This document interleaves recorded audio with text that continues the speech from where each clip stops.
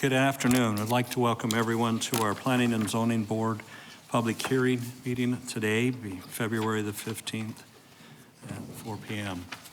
The first item on our agenda is going to read the consent agenda, but before I go there, I want to make mention that we have received a sizable number of blue cards looking like this.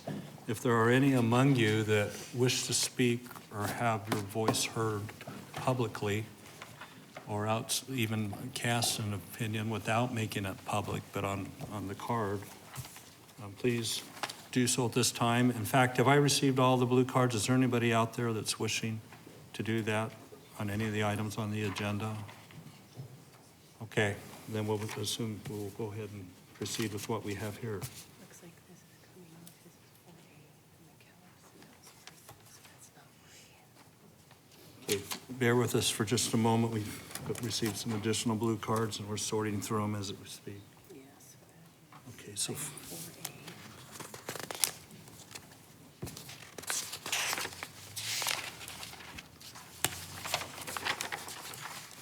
where's my...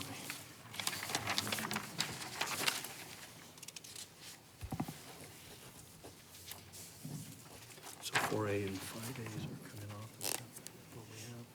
Let's see. 4A. Yes. Let's get these in the right place. Okay.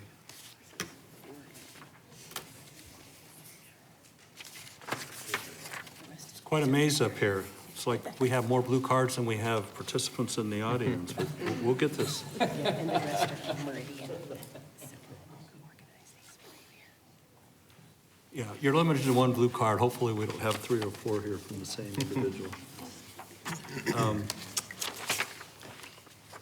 All right, very good. So we're going to read the consent agenda. We're actually going to have 2 of them, and in clarifying what that's going to be, we had, Tim is going to read our 2 consent agendas. We actually have 2 of them this afternoon, being that Dan Astle has a conflict with one of them, so he'll recuse himself, and then we'll read the second one. For your information, we are going to pull another, Tim, we're going to pull another item off of the second consent agenda, which is going to be item 4A in companion case 5A.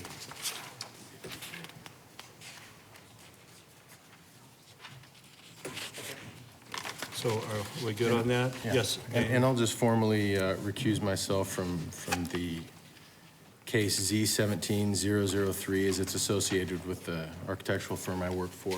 Okay, thank you so much. I feel this step back. Well, let's go ahead and read the consent agenda, please. Okay, The first one, anyway. first consent agenda. And I am so glad someone else finally had to recuse themselves from something, so it's not just me.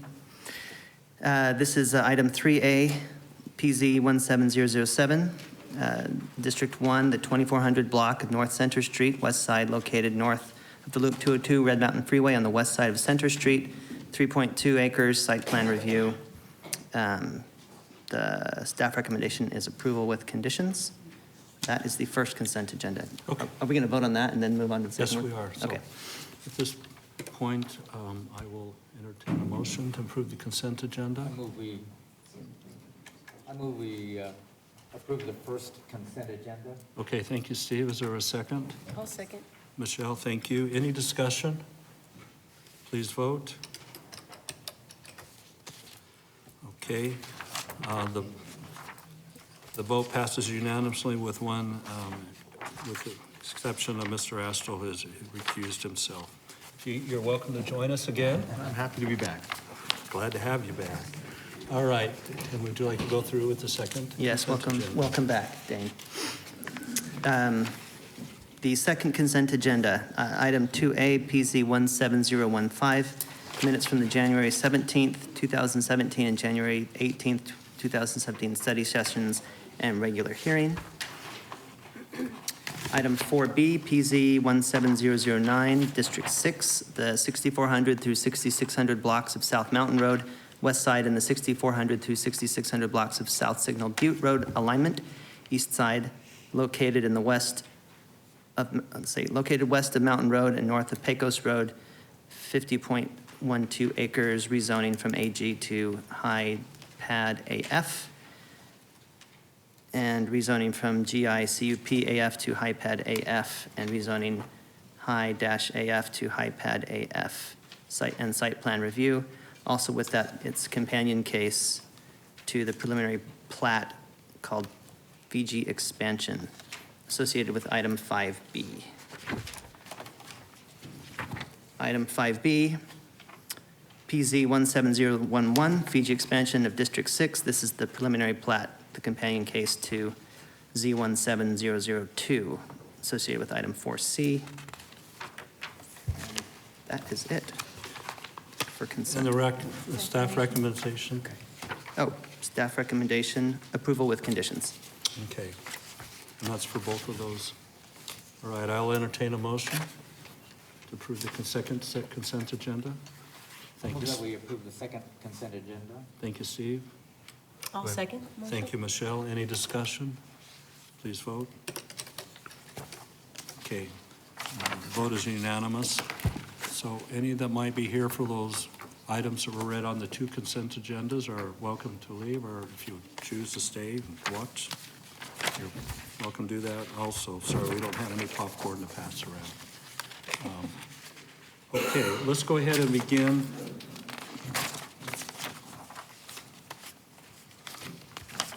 With case 4A, which is Z17-001, District 5, the 1600 through 2000 blocks of North Ellsworth Road, east side, and the 9200 block of East McKellips Road, south side.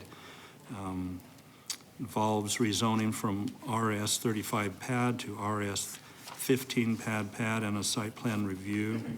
And with that, I will turn some time over to staff for some comments.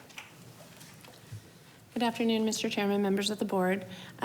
This case is Z17-001. It's a request in the Mountain Bridge Master Plan Development to rezone some property on the southeast corner of McKellips and Ellsworth Road. It's approximately 30 acres. The rezoning request is from RS 35 PAD to RS 15 PAD. The subdivision that's being proposed is a 63-lot gated subdivision with open space areas in the back of each lot. The homes have been clustered down on the south and west sides along Ellsworth Road due to the grade on this property and the fact that there's some significant slope as you approach the north and the east portion of the lot. The subdivision regulations place restrictions on disturbing anything above the 15% slope line. The applicant submitted a plan that created smaller lots to be able to make the project work, but still maintain a large amount of open space for this development. This site was identified in the master plan for the Mountain Bridge development as conceptually RS9 PAD. The applicants proposed the RS15, so the lots that they're proposing are a little bit larger than what was shown in the original master plan, but the layout and the design of the subdivision is fairly consistent with that original master plan from 2011 is the most recent update to that master plan that I pulled that affected this property. As far as the slopes on the property and the way that the applicants designed it, there is some tiering that's going to happen, taking these up as the property steps up from south to north. So they'll have some retaining walls throughout the project. They've tried to keep that at a minimum to comply with our standards as well. And staff has commented to them that we don't want to see anything additional to what they've shown. We want to be sure that we're really watching to make sure that those retaining walls don't increase in size on the property, but they have proposed a single-story product that is something that's being built out in the Mountain Bridge development. It's consistent with the Mesa 2040 general plan as well as the master plan, as I stated, so staff recommended approval with conditions. Okay, thank you. Any questions from board members? If not, we'll turn time over to the applicant. There you are. Come on. All if you come forward and state your name and record. Good afternoon, Planning Board and Commissioner. Paul Dugas from Blandford Homes. Basically, Leslie outlined what we're planning to do here. It's something that's been in the master plan for Mountain Bridge all along. The tiering of the lots up a slope are the same thing that's happening everywhere else in Mountain Bridge and Los Andes, which we built in the past. They're not large grades, but we do climb up a slope just like we do everywhere else in Mountain Bridge. The whole Mountain Bridge community is a foothill community, and we propose a single family, I mean, not single family, but the single-story homes. There are no lights in the subdivision. We've clustered the homes. We're not coming up on the 15%, and we feel we're doing everything according to the master plan. So we're proposing, we look to stand behind. Okay, thank you. Any questions from staff, or excuse me, from the board members at this time? Well, we have one card, so we're going to let Okay. the public speak and give you an opportunity to respond to any questions that come from that. Okay, I have one individual wishing to speak, Beverly Selvage. There's no indication as whether you're supportive or opposed to. If you'd like to come forward. I can't hear. I did want to speak on this issue. Beverly? Is there a Beverly here?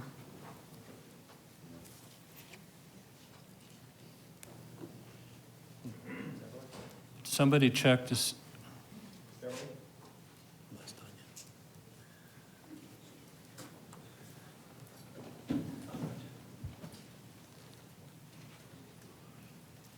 We're taking just a moment to see if we can find her, see if she's present somewhere. Which one's this? It is. Okay. While we're waiting to see if she's present, we do have another individual wishing to speak. This is Jerry Klingman. You are opposed to the item. If you'd like to come forward.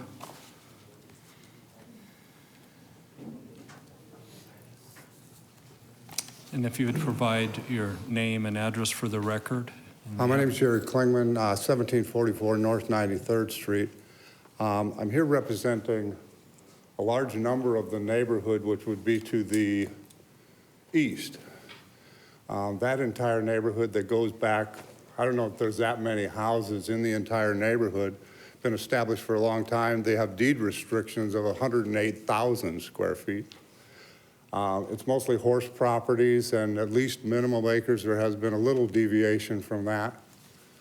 But this, this neighborhood is mostly what we have is opposing the reduction from, I guess you're zoning in Mesa. I don't live in Mesa. I live in Maricopa County. And I deal with Pinal County. I deal with Maricopa County. But anyway, we've got 17 signatures. how many? 17.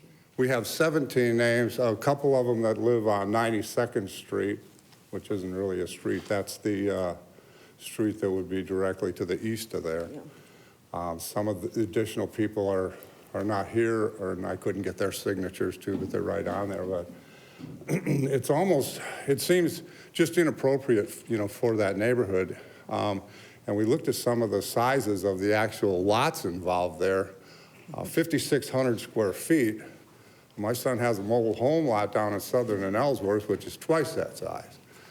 Most of the neighborhood is, like I say, deed restricted to 2.5 acres. It's a horse property area, and it's just pretty much just kind of out of place there, if you will. We have wildlife that go through there all the time. Now, Okay. with the fencing, the way you're putting up, Chair, wildlife we're gonna is need her going to name be and- restricted out of Kay Reardon, the same address. Thank you. Go ahead. I'm sorry. If you could speak know, into the the- microphone. the She said it. the walls that you have. I mean, wildlife's not going to be able to go through there at all. Okay. We have enough of wildlife being cut off because of Mountain Bridge itself. Okay. And the fact that there's been in the master community, we went over there one time, it's been quite a long time ago, and looked at, and I never saw that listed in their community. And a lot of the notices that are supposed to go out Some people get them, some people don't. I happen to get this one, and I've spoken to a lot of the neighbors, and many of them didn't get it. They got it from their neighbors, and and then me going out and letting people know about it. But most of the people are not. We're not NIMBYs, if you will. But it's just an area that is, like I say, the size of the lots on there are much different than the existing neighborhood. And I guess that's. Okay, so if I can clarify, then you're objecting the project because of the size of the lots, or just? Well, I guess this is a zoning hearing, and the signature we have are opposing the reduction from, I guess your city zoning is AS 35, which is 35,000 square feet, I'm presuming. That's Okay. correct? Okay, and to 16,000, but those houses are not even on 16,000 square foot lots. No. And it's, Okay. they kind of, I don't know, I guess they seem to, depending on the money, I did a calculation on there to them, I guess it's $12.5 million. But, that McKellips was a straight road, and somehow, people managed to, put a crook in a perfectly straight road. For their bridge. And then they rolled all the what do you call it, the dirt from the highway, from the 202 putting through, and they've elevated some of that land around there as much as 20 feet. Now, like I say, what they kind of do over there is their own thing, but there's been massive changes that anybody, a normal person, would have never been allowed, or maybe had the money or whatever to, to pull off. But moving this in there, I mean, if they wanted to keep it at that and put houses in there, similar, maybe the AS 35, or put it, or change it to maybe more like what exists there, the R43 zoning. Houses there, nice houses on horse-type properties, and more of a rural setting, which that whole neighborhood, which goes almost to Meridian, is. But that's our objection. Would you like any copies, or do you have any questions of me? I'm better at answering Staff? questions than I am questioning people. Council, do we?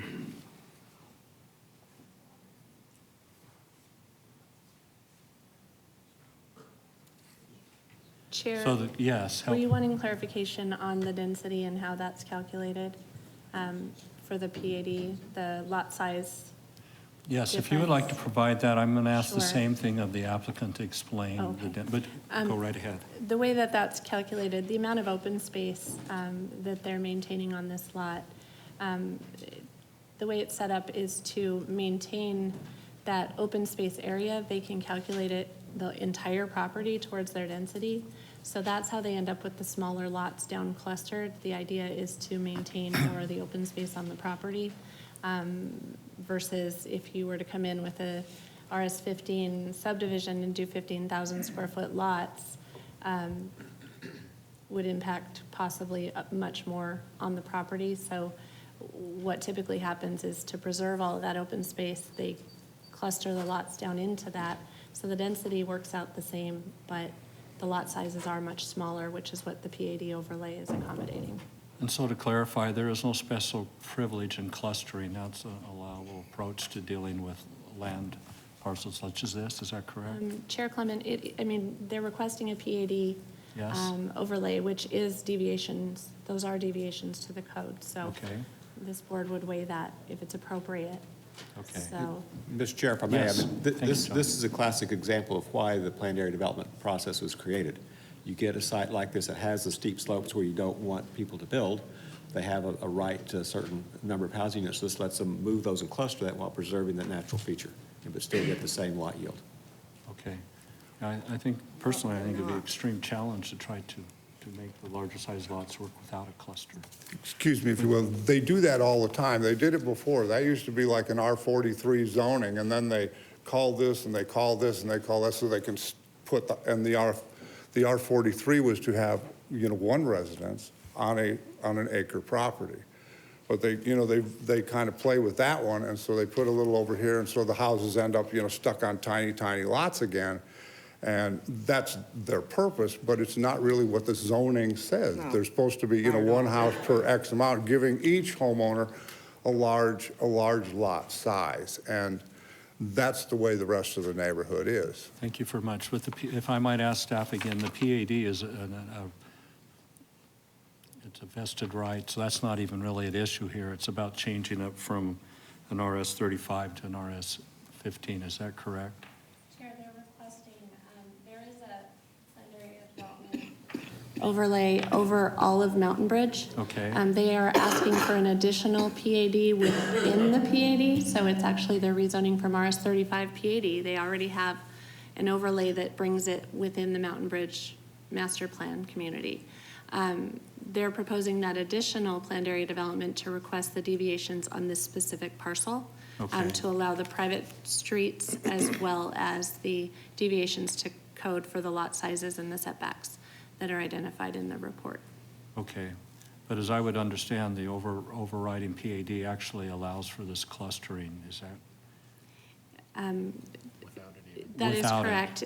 That's what's been done on the rest of the development. We're nearing the end of the developments out there Okay. within Mountain Bridge. We're getting fairly close, I believe, and that's how the rest of the properties have been developed. And I think, as I understand, and we'll let the applicant address this, is the whole idea is to better accommodate the parcel that we're dealing with in its circumstances so that we could come up to develop a functional use.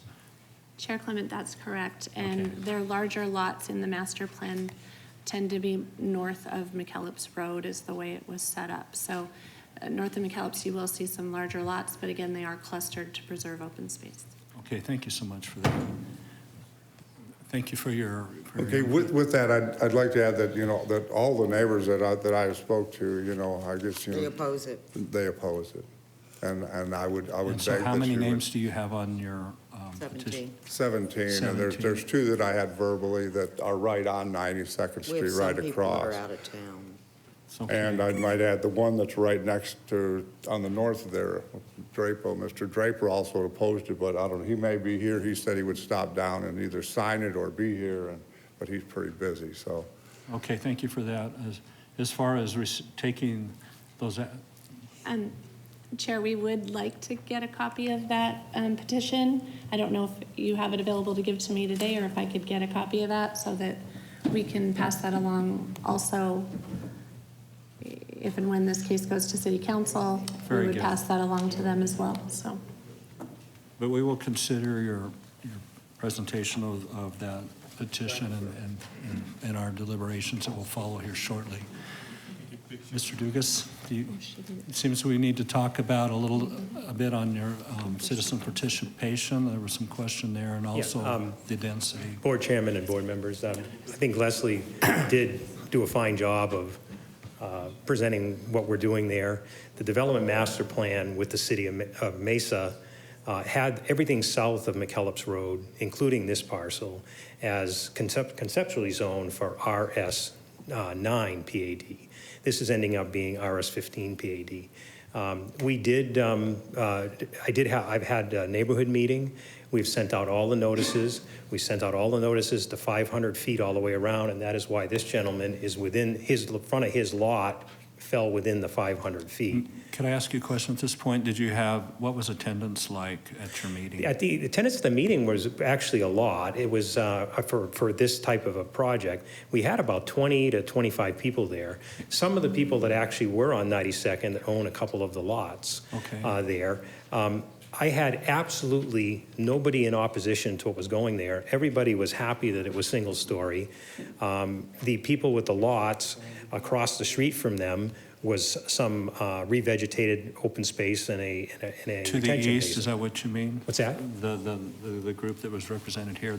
The group that was You represented at said the meeting. across the street, which, that's- They are actually on the east side The in the east side. county. Okay. And two of the lot owners there were at the meeting.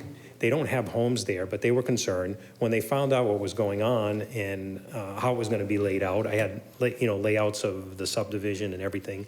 A lot of the other concerns were we going to come out onto McClellan Road? Another concern was, were we going to come out onto 92nd Street? Were we going to improve 92nd Street? All those questions were answered, and it was a very positive meeting. All this opposition has come up in, that we've only found out, has only been in the last in the last day or so. I've talked to some of the people on the phone, explained what we were doing.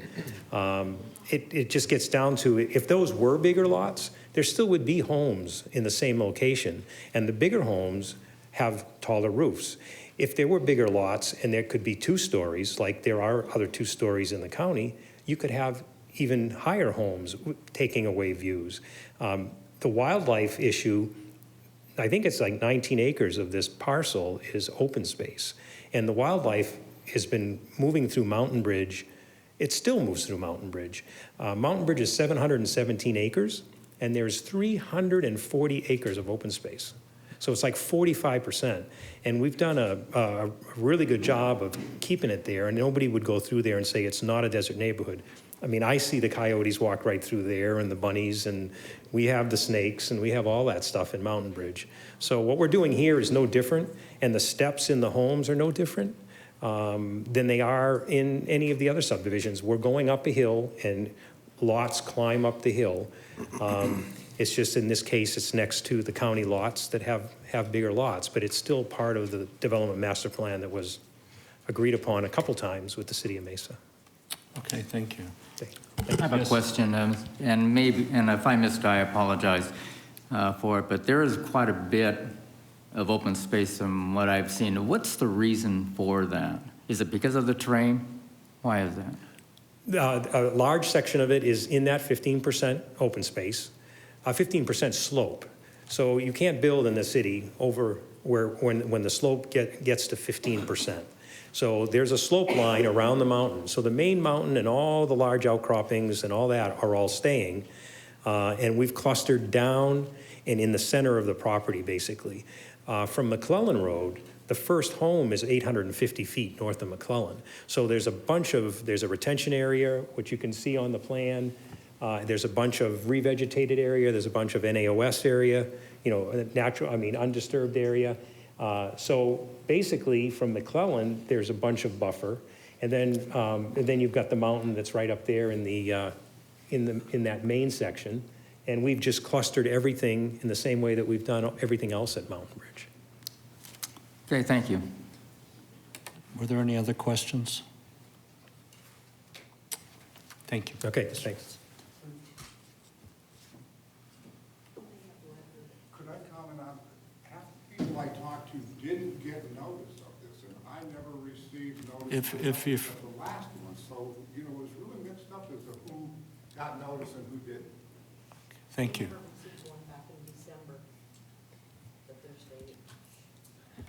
I appreciate that input, but we're going to end the participation from the community at this point and then deliberate it as board members.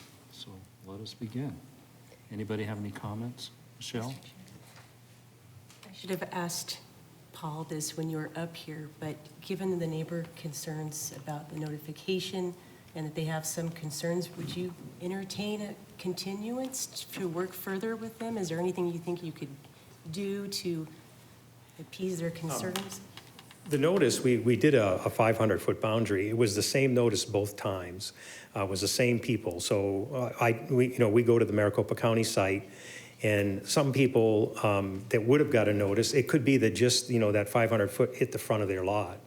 One of the women that I talked to today, she was past that 500-foot mark by a couple lots. So we've done that. We've done it according to the city citizen participation rules and regulations. And if they didn't get one the first time, they wouldn't have gotten one the second time because they were outside of that. At this point, I mean, what they're asking for is they're asking for the same zoning as they have in the county. And that, yes, it would be more lots, but there wouldn't be as much open space. When you have bigger lots, people do whatever they want with them. They take the desert vegetation away. They can fence it in. They can stop the wildlife from going through their property. What we've got right now is just a clustered area, and all the wildlife can go around, and the open space is way more than if it was bigger lots. It's all in all, this is the best thing for Mountain Bridge, and again, it's what was agreed upon, and I don't know, it's just, it's not the same as what they would like to see, but they would still have homes there. Okay, thank you. Any others? Go ahead, Steve. What about the configuration of the lot? Was that a challenge also for you? I'm talking about the configuration because it's, Well- it's kidney-shaped type of a, Yeah, definitely. I mean, we had to work around all the boulder outcroppings, all the major boulder outcroppings besides besides the mountain itself. All those boulder outcroppings, there's basically three major ones. There's two over on 92nd, on that end, up by the mountain, and then there's one up by Ellsworth and McKellips. All of those are being saved. We're not taking any of the rock outcroppings away. It's a challenge because everything has to go around that mountain. That's why Ellsworth is crooked. I mean, the comment was made that Ellsworth was a perfectly straight road, but the city was not going to go up and over Ellsworth, over that hill or take that hill away. So that's why Ellsworth goes around, which would be worse if they did take it away, you know? were you able to use the aggregate in the ground to build your homes and stuff?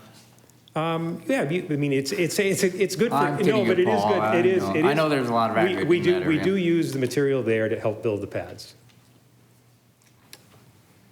Anybody else? Jennifer, do you have a question? Yes, I do have a question. On the eastern boundary, I assume that is open space, or is there a fence?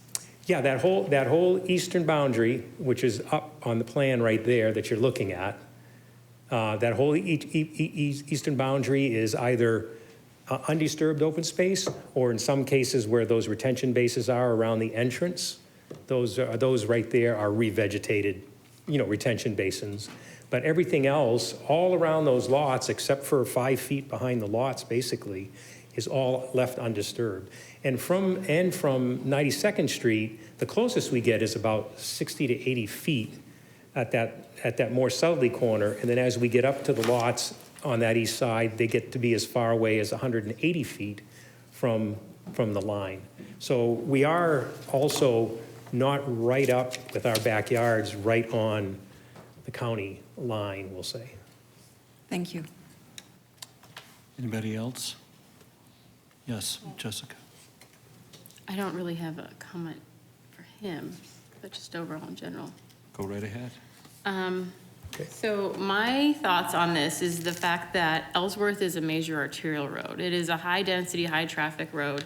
You're going to get higher stuff around here. I also live not far from this site, and we've got tons of wildlife going through there, unfortunately, actually, from my dogs. But they are, the shape of the lot, the restrictions on it prevent the larger lots from being built. That's just how it is. And I think that you've done a good job trying to preserve a lot of that stuff. As far as the area surrounding it in the county, it is larger lot, it is county. They have their horses or their large lots to do a lot of different stuff. That area, however, is also surrounded by higher density residential in the city. It's gone next to my neighborhood, it's gone to the south, it's gone to the other side of Chrisman. It does not go all the way to Meridian. It stops, it goes and stops, goes and stops. Even within the county, there's stuff that's being annexed into Mesa and it's just continuing along there. The county areas have a nice secluded area because it doesn't go through, so those areas I feel are kind of preserved for their rural lifestyle. But I think this is a good buffer and utilizing the site. I think it's in line with exactly what is on the opposite side of Ellsworth. It is Ellsworth Road. It is a major arterial. It was improved. We went through that whole long and painful process of realigning McKellips and Ellsworth.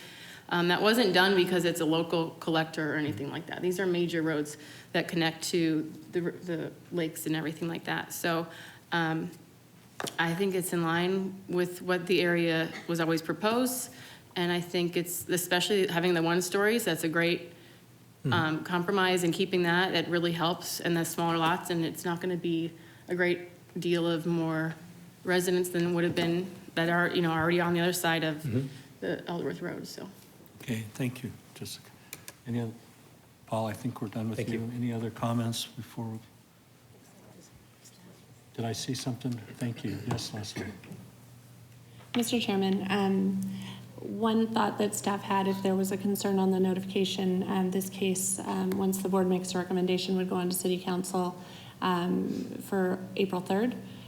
If the board chose to do so, they could ask the applicant to do an additional mailing for that meeting so that neighbors are aware of that public hearing.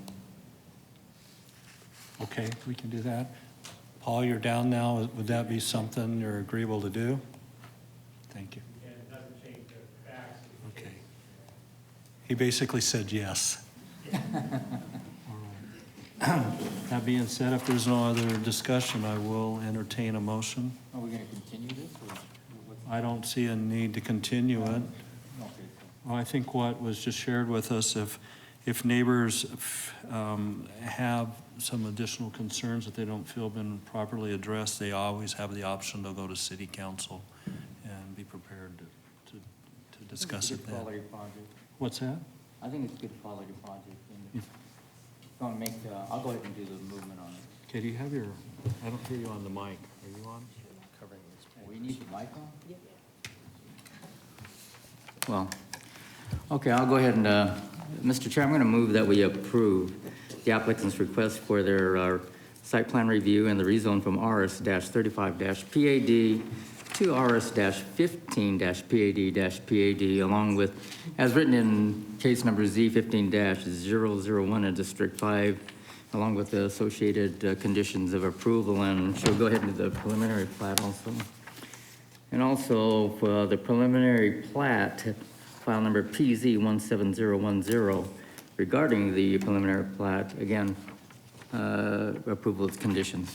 Can I ask you, did you want to add to that the additional stipulation that the applicant will do another mailing? With to the radius of- additional condition that the applicant get with the city and the citizens, I believe, citizens? Does another mailing at 1,000 feet instead of 500. What's that, and increase the notice to 1,000 feet.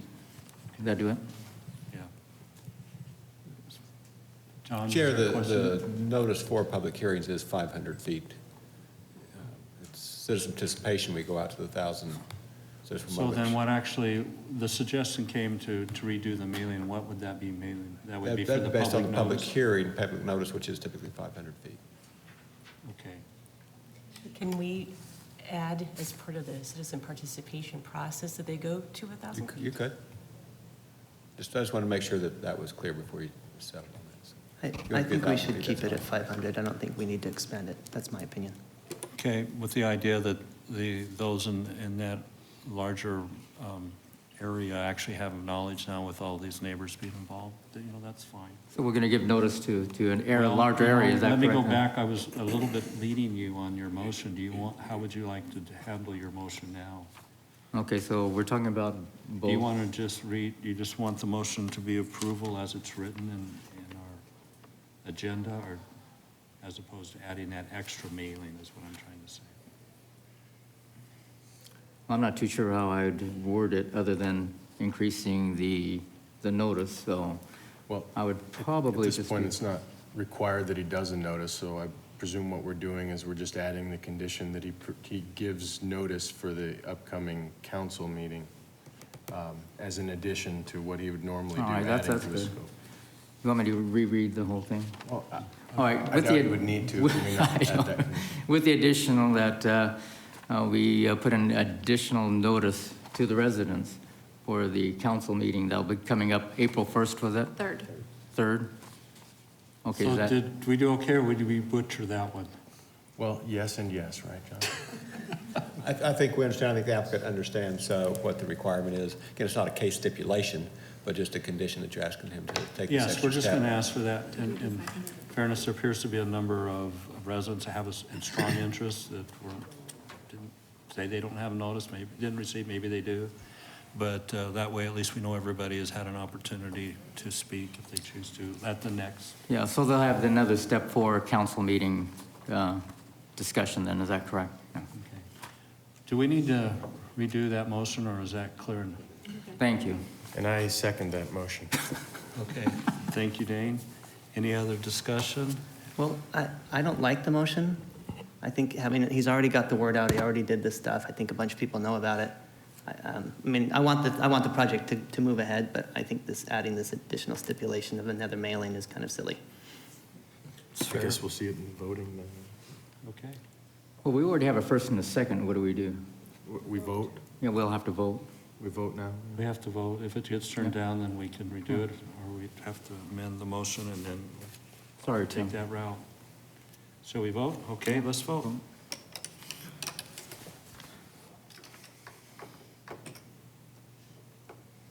Okay, motion passes unanimously. So, thank you for your input, and we will move on to the next item, which is case Z17-002, District 6, the 6400 through 6600 blocks of South Mountain Road West Side, and the 6400 through 6600 blocks of the South Signal Butte Road alignment. Okay. Basically, we are going to be, the request is to rezone from ag to Mr. Chair. HIP. Make sure that you're on. Am I on the wrong I one? believe so. I think you'd be down to item 6A of the revised agenda. You know what? which I is- actually, thank you so much. I'm on the wrong page. Let's try that again.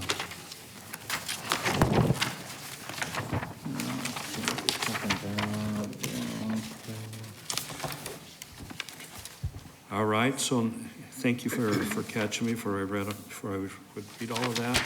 We're now dealing with 6A, case Z16-056, District 6, the 11500 block of East Warner Road, located at the southwest corner of Warner Road and Meridian Road. The request is for a rezone from an LC to an RSL-2.5 and site plan review.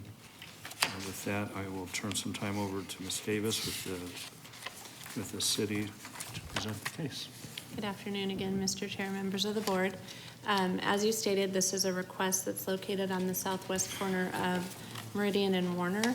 It's an 8-acre parcel. The request is to rezone from LC to RSL 2.5 for the development of a 41-lot, single residence, small lot subdivision with public streets. The applicant is proposing detached housing with a density of 5.12 dwelling units per acre.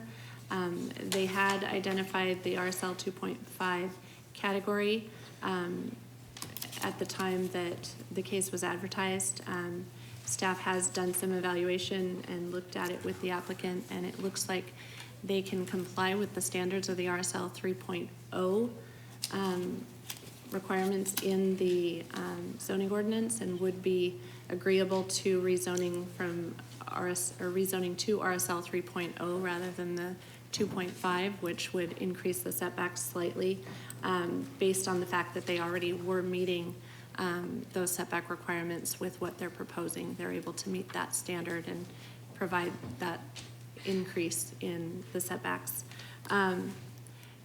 The product that the applicant's proposing is something that's been built in other areas of Mesa, and they're actually going to be increasing the width of that product slightly to give a little bit more livable space to the front of the home to minimize the appearance of the garage a little bit.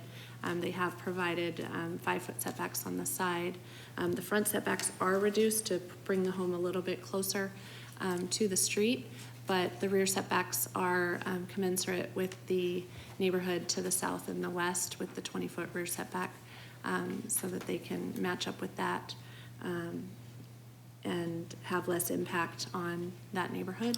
I know we do have a number of neighbors here tonight, so I'll let you take it from here. Okay, thank you so much. Before we hear from the neighbors, I would like the applicant to come forward. And as you do, please state your name and address for the record. And if I might also ask, this is basically continuing us from our previous board meeting, I would ask that you would talk about your subsequent neighborhood gathering and the outcome of it as far as you perceive in terms of settling and satisfying some questions. As I have learned the procedure, I have to identify myself, and my name is Dragomir Dan Mikulaki. I reside at 1807 East Menlo Street, Mesa, Arizona 85203. I built that house in 1990, and I'm still there, definitely nicer looking, so we constantly upgrade so we have a nice place to live.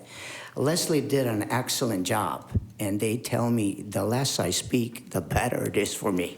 So I brought my civil engineer, and I brought a builder. You guys are more than welcome to ask any question, and we'll have the professional people answer those questions. Thank you very much. We did have a second meeting, and I'm continuously reaching out. I took some personal addresses at our continuance last time.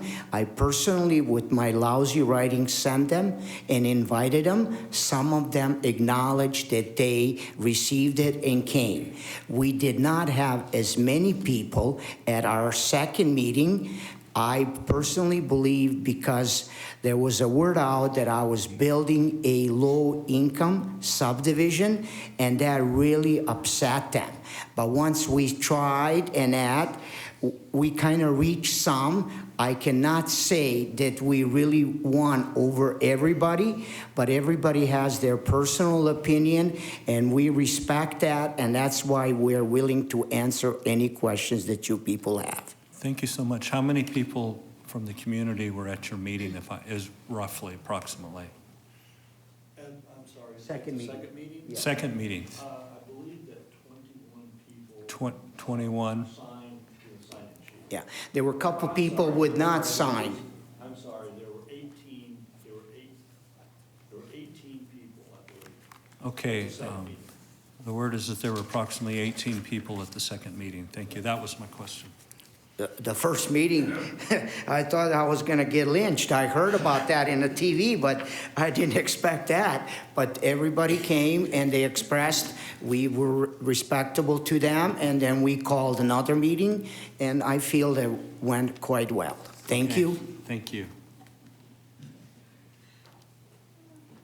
And we are glad you're still breathing. Well, did either of you want to come up and talk about the project any more? If not, that's not necessary. You absolutely. Again, if you tell us who you are. So my name is Mark Funk. I'm with Balago Homes, and so we're the builder that's currently planning on going in on this project. And my office is at 1806 North Lindsay Road in Mesa. So I was at this neighborhood meeting, the recent one, and I thought it went really well. There was some misinformation that had gone amongst the neighbors previously. They were talking about low-income housing and a number of things, and so we went over with them our product that we have been offering in the city of Mesa elsewhere that's gotten good support from staff before, design review-wise. And one of the things I want to point out that as we went through the discussions was that the developer really has chosen to do larger than what he could have proposed on this parcel, even within this zoning district. I think the change came about to where they could fit within the RSL 3.0 instead of 2.5 was because they widened the lots at one point. And so now it could comply with it. But compared to another one of our projects that they were really modeling this on, the lots are at a minimum 10 foot deeper and 4 feet wider.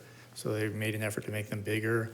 And a section of the lots, they went an additional 10 feet on the south border just to do a little bit more buffering. So, I mean, they've kind of gone the extra mile, some with staff support and some really on their own because they wanted to increase those spaces. And those were some of the concerns from neighbors. They were concerned about, proximity of the construction and things like that. In terms of the product you're offering, how many other subdivisions are you using this same product in? Well, in Mesa 1. So Okay. we've done this product in one other neighborhood in South Mountain area in Phoenix also. Okay.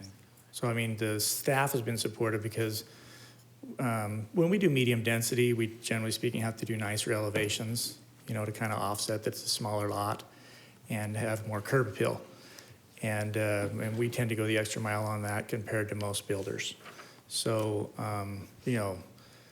that part of it, I think, they've used us as a model for other builders. When they have other builders come in and say, what would you like to see? They quite often say, go look at what Balago's building. And so we kind of go the extra mile on that. We use natural materials, more wood and stone on our elevations than most builders do. What was the reaction to the, those present at the second meeting? in terms I of think your they present- calmed down quite a bit. I think a lot of the anxiety really is, as always, and not necessarily something we talk about in here, it's property values. And, coming out of the downturn, some people still haven't recovered that bought in there originally, in the 2006 timeframe. And one of the things that we pointed out to them was new construction being as expensive as it is, right now it boosts anywhere you go because we sell for above existing prices. And the same would occur here. And the square footages we were proposing were smaller, generally speaking, than is existing in the area. And our prices are much higher per square foot. And that just boosts theirs. Neighbors in the area, some percentage of them is single stories because they're larger lots than ours. And they get the additional benefit, if they're competing with us on sales, we aren't offering single stories. So that should make it easier for them to sell and command a higher price. So we went through some of these discussions with them. And I think part of it was just getting comfortable with that, I think. Okay, Chairman, can I ask a question on that? absolutely. And maybe staff needs to, are we allowed to ask what price that they're expecting to get for the houses when they're done? Is that something that's okay to ask about? Chair, I don't know if the applicant can directly answer that question since But I could ask think they figure those. They may have a general ballpark. You could certainly. Is there a general ballpark, what you're expecting? Well, our current offering at our neighborhood that's off of Brown Road, east of Loop 202, which I expect the lot prices would be more at this new neighborhood, because we're later in time, the costs are higher, the land's higher. Our current prices there start in the 250s for our 1670 square foot house. And there were houses listed in the adjacent neighborhood that were larger that were offered at 275, on the MLS and Zillow. I looked at it a couple days earlier this week when I spoke to some of the neighbors. And they're still kind of recovering and close to where they were. And anywhere we've gone that we've built, we've really boosted the area. And new construction is doing that really all across the valley here. Okay, and I'm asking because I got a lot of emails that were concerned about land values and everything like that, but there seem to be, if you look on Zillow, there seem to be several houses in the area that are lower than what your projected thing is, so I'm just trying to understand. That's what I found. I mean, it's kind of common. So existing houses, any broker or realtor can tell you this, sometimes they need to freshen it up with a new kitchen update or something to command top dollar. But some of these houses that were listed had pools. There's advantages when you go to sell your house that we wouldn't necessarily have, kind of a thing at the price point we're talking about. And our base prices, by the way, at $250 doesn't include options. So generally speaking, our buyers put on like $30,000 on options. So we'd really be more like $280, and that's without an increased lot price. So I expect them to be in the high 200s. We haven't published, but that's just the numbers where it's working out. Okay, thank you. Any other questions before we sit? Thanks. Is there another member of your team that wishes to speak? Okay. All right. Let's talk about those that don't want to speak. What's that?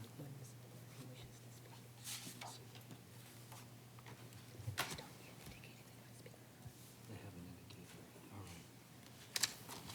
I have a question for staff. I have a number of cards here, individuals who are opposed to the project but do not wish to speak. Can I just identify by the number of cards as opposed to reading the individual names and just hand you the cards? It would be good to go ahead and get the names in the record. Okay, I'll do the best I can. I don't have a very good record for getting names right. Okay, so just bear with me.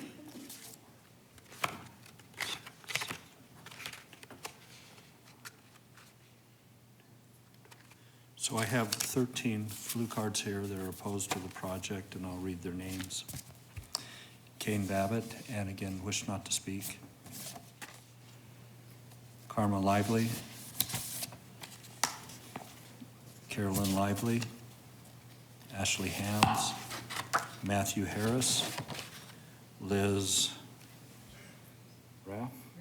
Rafe. Josh Rafe, Linda Bell, L.M. Kidwell, Tanya Holland, Susan Chesko, Mercedes Ray, Doyle Cronister, Cindy Cronister. We'll set those aside. You'll take those. We're the ones that don't state whether they want to speak or not. I have a number of 5 cards here. These are all individuals that are opposed to the item, but they did not indicate whether they wish to speak or not. So being, we'll start with them. If you will give me a nod when I read your name, whether your intent was to speak or not, we will look for that, or somebody help me if I don't see it. Again, these are all opposed. It's Eugene Gardner. Oh, okay, no speak.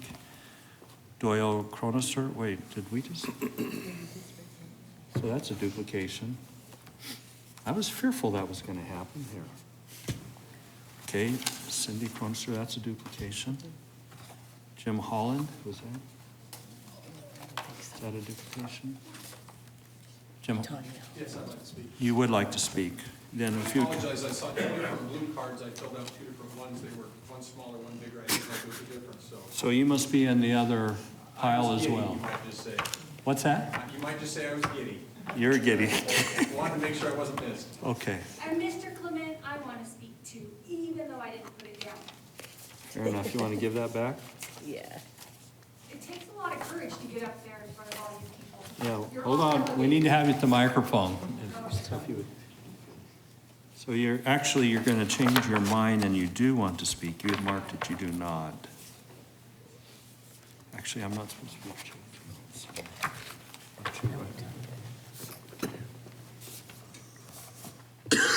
So yes, let's see. Then I had an Elizabeth Ann Hard. Okay, then that one stands. So then that one, I've already mentioned, doesn't want to speak. So we have then this Tanya and Jim. It was Jim, correct? Yes. Okay. We'll put you in this other pile. Oh. Okay, and this is the one, what was this?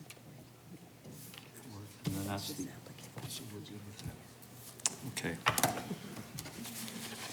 So in this pile, I have 1, 2, 3, 4, 5, 6, 7, 8, 9. That's quite a few. Hopefully, we would like to go home this evening. I would ask that you would respect the allowance of 3 minutes per presentation. If any of you wish to combine and have one spokesperson and take some additional time, that would be fine. But we will be watching the clock. So with that said, Jim, if you wouldn't mind, come forward and we'll start with you. Again, all of these are opposed to the project. Thank you. My time starting? Yes, no. Okay, I'll move. Name and address. Jim Holland, 11504 East Rutledge Avenue. When you look at the map, I actually am in the picture. My home is on the street just north of this development. Okay, and I don't know exactly where to start, but I did pull down the staff recommendations from the website, and I wanted to discuss what I think are some really missed opportunities in terms of the staff's analysis. Starting with number 1, in terms of whether or not this is consistent with the general plan. And with the general plan, there's an emphasis in the character of place. And if you take a look at the place and the character that we have in what currently is there, Stratford Estates is the development I'm in. We have, as is already established, single-family homes, but in comparison, it would be much, much larger lots. We also have, we believe in property rights. We actually don't have an HOA. We're very proud of that. We think people ought to be able to use their land as they will. But there are some things that we don't like about what's going on, including starting with the number 1 in terms of sense is this notion that this is the viable opportunity right now of putting in homes, that somehow if you put in commercial, which is currently what it's zoned for, that would not be viable. Well, the truth of the matter is that under the general plan, this is supposed to be commercial, and if you act in a planning mode rather than just a reactive mode, it is exactly perfect for commercial to continue going forward. The truth is, this is right along a major thoroughfare. It's supposed to be connecting two major freeways. It's the dividing line between two different counties, and it is the only spot. If you pull it up on Google Earth, you'd take a look and see there isn't any other place where we could have, certainly not on a major thoroughfare, any sort of amenities that would otherwise service a community such as our own. I'll get to that in just a second a little bit more. But to say that just because right now it's not viable would be to sell us short, similar to like, well, if the city of Tempe had said, well, at the time, residential is all that they should have put along Salt River.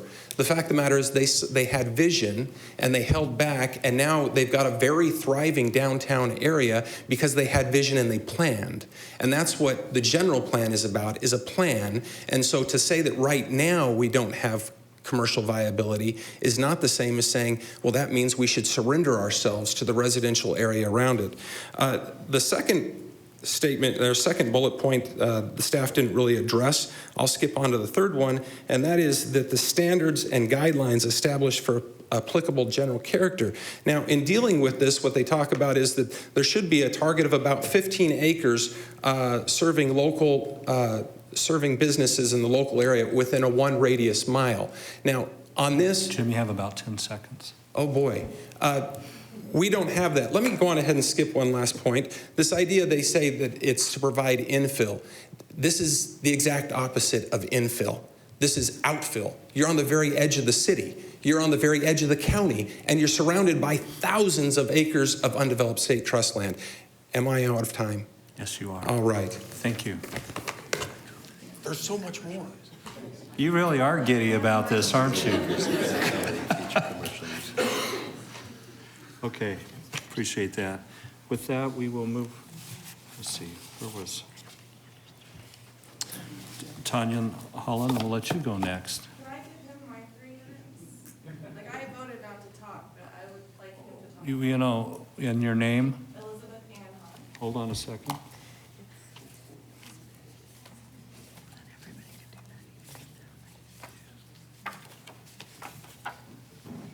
Did you write it down as Liz? Yeah. We will put you in the speak file.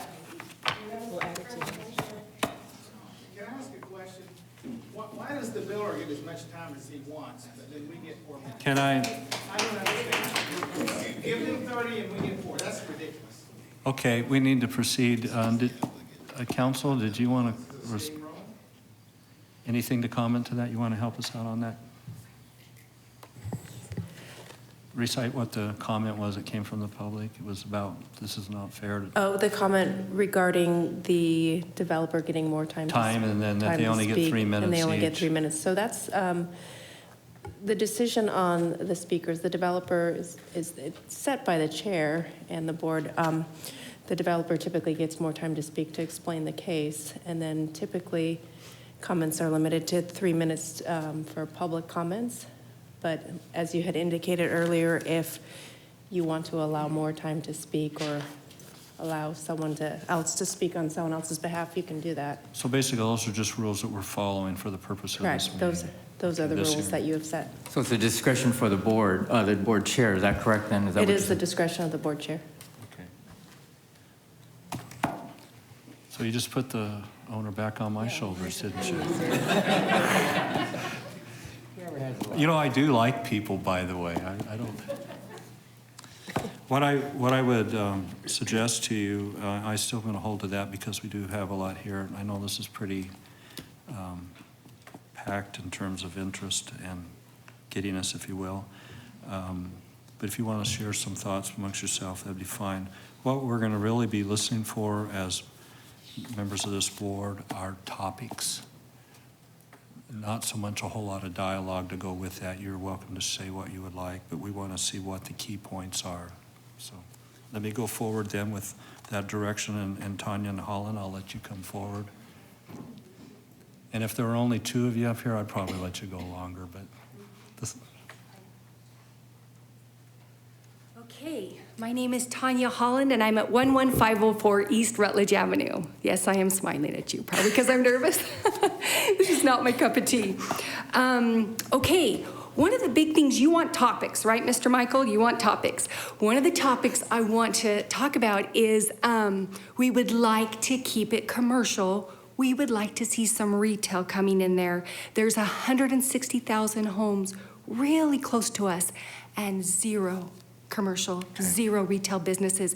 If you want to go get gas, I know we're spoiled because it's just 7 miles away, but it would be really nice to go 1 mile away, as a lot of my friends and family do. So just to have some retail there, and I know it plays into taxes some, I don't know exactly how, I'm not going to go on that, but it would be wonderful just to have some businesses there that would help the community. I also wanted to say, I know Dan is a nice guy, but at that first meeting, he was screaming at us. He was very upset with us, and 2 of my really good friends walked out, and I said, why are you going? They're like, we're not gonna listen to him scream to us. I'm like, he'll calm down, I promise. Jeff will get him to calm down. Just stay. They're like, Tanya, we're leaving, we're gone. And I'm like, well, can you at least come back to another meeting? They said no. So I was at the second meeting too, and he does want to tap into the sewer of Desert Valley and possibly tear down a wall, and Desert Valley is upset about that. Adam is the HOA president for Desert Valley, okay?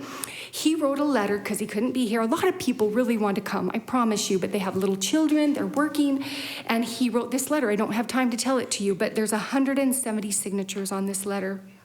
They have all read it. And me and my kids delivered 600 flyers with our friends. I paid them 5 cents a flyer because we're really concerned. We really are. And even if Dan would just like compromise with us a little bit, you know, and possibly do fewer houses, maybe a big park out there, even some compromise would be wonderful. And we brought that up to him and he's like, no can do. So we tried, you know, and possibly he still will, I don't know. But I don't want to take more time. How much time do I have? You have about 56 minutes. 56 seconds? Okay. Seconds, sorry. Oh, no, I didn't mean that. Mr. Michael. We've made I'm a sorry. drastic I didn't mean change. 56 I'm minutes. messed up here. I'm sorry, We are sir. not going home tonight, are we? No, we are. Let somebody order KFC. Okay. Anyways, so this is Adams. He says, oh gosh. I'm not gonna read Adams. There's a lot of people in his community that are very concerned. Okay, even if there was more spaces between the houses, you know, and if it were maintained retail, we would love it. We would love it, but I know Dan would like to develop it and Mr. Balago too. So, you know, this is our feeling. If even we could have some compromise, I'd sure appreciate it. So what I really hear, if I might interject, oops, I'll give you 2 extra seconds, so you still got a few. Do you want to say? I only have 3. Well, we wasted our extra seconds. Oh, okay. No, did you want to conclude with some comment and then anything I else? would really appreciate it if Mr. Dan and these guys would compromise with us a little bit. You know, if they would be willing to allow it to maintain retail, we would be giddy, as my husband says. But, you know, if not, any compromise, if they would listen to us, maybe do 15 less homes. I know they wouldn't make as much money. I know they'd have to replan, write all their paperwork all over the place. I know that, I get it. But if they would compromise with us a little bit, we really are concerned. We're not just trying to blow fire. I've got 5 kids to take care of and a sick father. This has taken a lot of my time. I have texted hundreds of people just to see if they're concerned because I'm concerned. I'm concerned about my neighborhood and I'm concerned about my children and my friends and my family. Okay, thank you. I'm sorry, can I make this comment, Tanya, before you leave? I keep hearing this all the time about there's no commercial nearby, but... I was going to get to that in just a moment. Go ahead. Well, I was just going to say that on Mountain Road and Warner, back in September, we did zone that piece commercial. Mountain and Warner, right by, is he talking about ALA? It's about a half mile. Yeah, I know, you're exactly right, and I saw it. Right, and that is probably... okay, but the point I'm trying to make is I keep hearing this over and over, there is no commercial. That is not true. Right, you are right, that is true. And I don't know what's gonna go there, but I did see a little sign there that said it might become like retail businesses and stuff like that they're gonna build up, but we would like a little more. We are surrounded. Have you ever been to Eastmark? We're surrounded by homes. If you ever come out there. I've been out there. It's a lot of houses. Steve, let's wait until we listen to all the participants. So you're right, though. You have a very good point. There is some retail right there, and you're right, and I thank you for telling me that. Continually repeating. Right. No, you're right, Mr. Aikida. Aikida, I don't have thank my you. glasses on. Mr. Aikida, you're right. Okay, Thank you. can I You know- sit down? You sure? Yeah, sure. You did a good job, by the way, for someone who's scared of public expression. Mr. Chair? Yes, would I you just- like to go ahead? Go ahead. I just wanted to clarify for the woman who just spoke that we do have that letter from the neighboring association. It's the one that was provided to you at the study session yesterday. So you do have a copy of that letter with those names on it. Could you do me a favor, since before we go on, I have a hunch that the commercial issue is going to be the prevailing topic here, unless we hear otherwise, and I'll come back to you. Could you share with us actually what's going on in that immediate area? Leslie, are you prepared to do that? 'Cause I know we talked about it earlier. Absolutely, Mr. Clement. As Board Member Akita alluded to, we recently had a site plan approval to modify the approved site plan from many years ago on the southeast corner of Mountain and Warner. The applicant there proposed small retail buildings, so what we anticipate that will be is some shell retail space, possibly with a detached, I believe they had an additional pad site to the south. I'm going from memory here. Maybe could be a restaurant, something like that. Not 100% sure what they'll move forward with as tenants, but they have been moving through their entitlement process. They've been actively moving forward on that. So for now, we anticipate that'll go forward. Along Signal Butte, we are seeing more interest in commercial coming forward. So we do anticipate there is going to be some additional retail that's going to be provided along Signal Butte Road. As far as this site, staff was looking at what's the property to the east, and generally it does become state trust land. It is the county line. We don't anticipating anything happening to the east for a very long time. So. Okay, thank you. And as I recall, and this comes from our study sessions, which are also public, is the staff is sensitive to the commercial issue, and we actually see it coming in a number of possible locations, and some significant in size without being specific. Is that correct? Correct. Okay. All right, well, let's continue on. Let's see. Jill Simmons, thank you.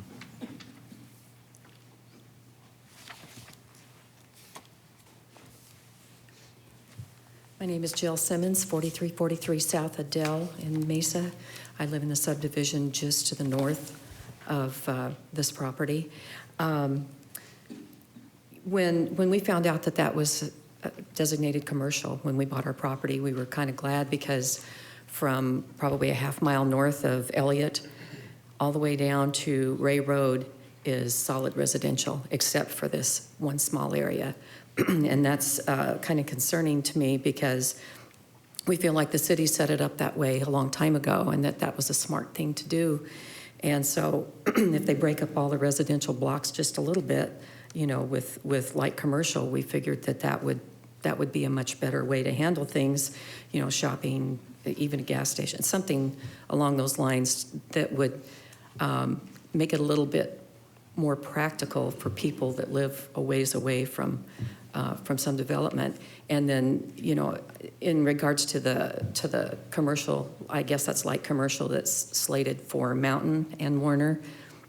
Haven't heard or seen anything on there except a new sign. And so we've owned this property for about 6 or 7 years, I believe. And it just seems strange to me to have such a long stretch of road where you can't even buy a Coke. And so I'm kind of more in favor, my husband and I are both more in favor that this remain commercial for the future, more so than for right now, because we know that there's going to be more building eventually. Don't know exactly when, and as you say, it is another county, and we understand that. But things change, and we understand that too, that sometimes zoning changes, sometimes county lines change, all sorts of things like that. So we just feel like this is our last opportunity to get something near us that would be convenient for those of us who live in that area, which is kind of off the beaten path. Except for kids on motorcycles and things like that don't have to worry about stop signs. So, but other than that, we would like to favor that it stay commercial. Okay, thank you so much. Thank you. Next, we have R.C. Hard.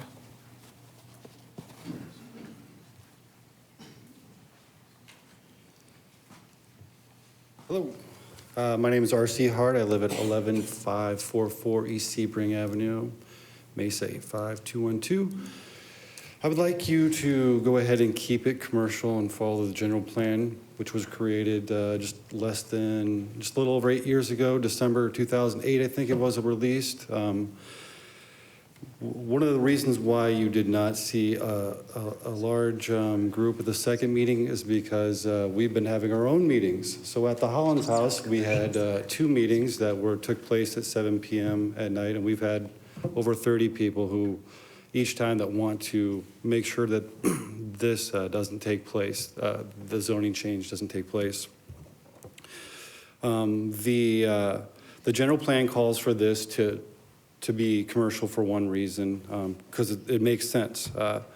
Meridian is supposed to connect to the 60 on the north and is going to connect at the 24 at Fry Road. The next connection to the 24 is Ellsworth, which is 4 miles to the west. So when you change the zoning, you're going to affect something for eternity, basically. One, you're going to take away tax revenues, the last tax revenue of the county right there at Mesa, and it's going to be a huge one. Once that comes through, there has to be a gas station. There has to be some type of service to take care of the commuters that are going to come back and forth. And we certainly don't want that coming through our neighborhood, them turning down and coming through our roads and our neighborhoods going to Eastmart to when they finally build a gas station in 7 years there. So we would really like to see you guys, last month, you kept you kept the zoning when they wanted to build the retirement community in a month's single-family homes because the general plan told you to. So we're going to ask you to go ahead and follow suit from last month. The general plan, which was only created a little over 8 years ago, calls for this to be commercial, and we ask that you remain that way, okay? Okay. Thank you. Sean Fleming? No? Okay, not here. Yes? You didn't call my name with a card, but I would like to speak. You know what? I'm still going through names. Raise your hand if for somehow through all of this up here, we miss you. We want to give you, everybody, a chance. Thank you for bringing that to my attention. Randy Griffith?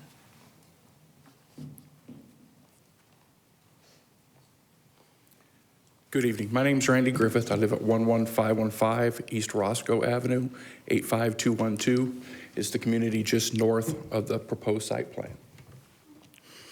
I really have just 3 comments that I want to make, from least important to the most important.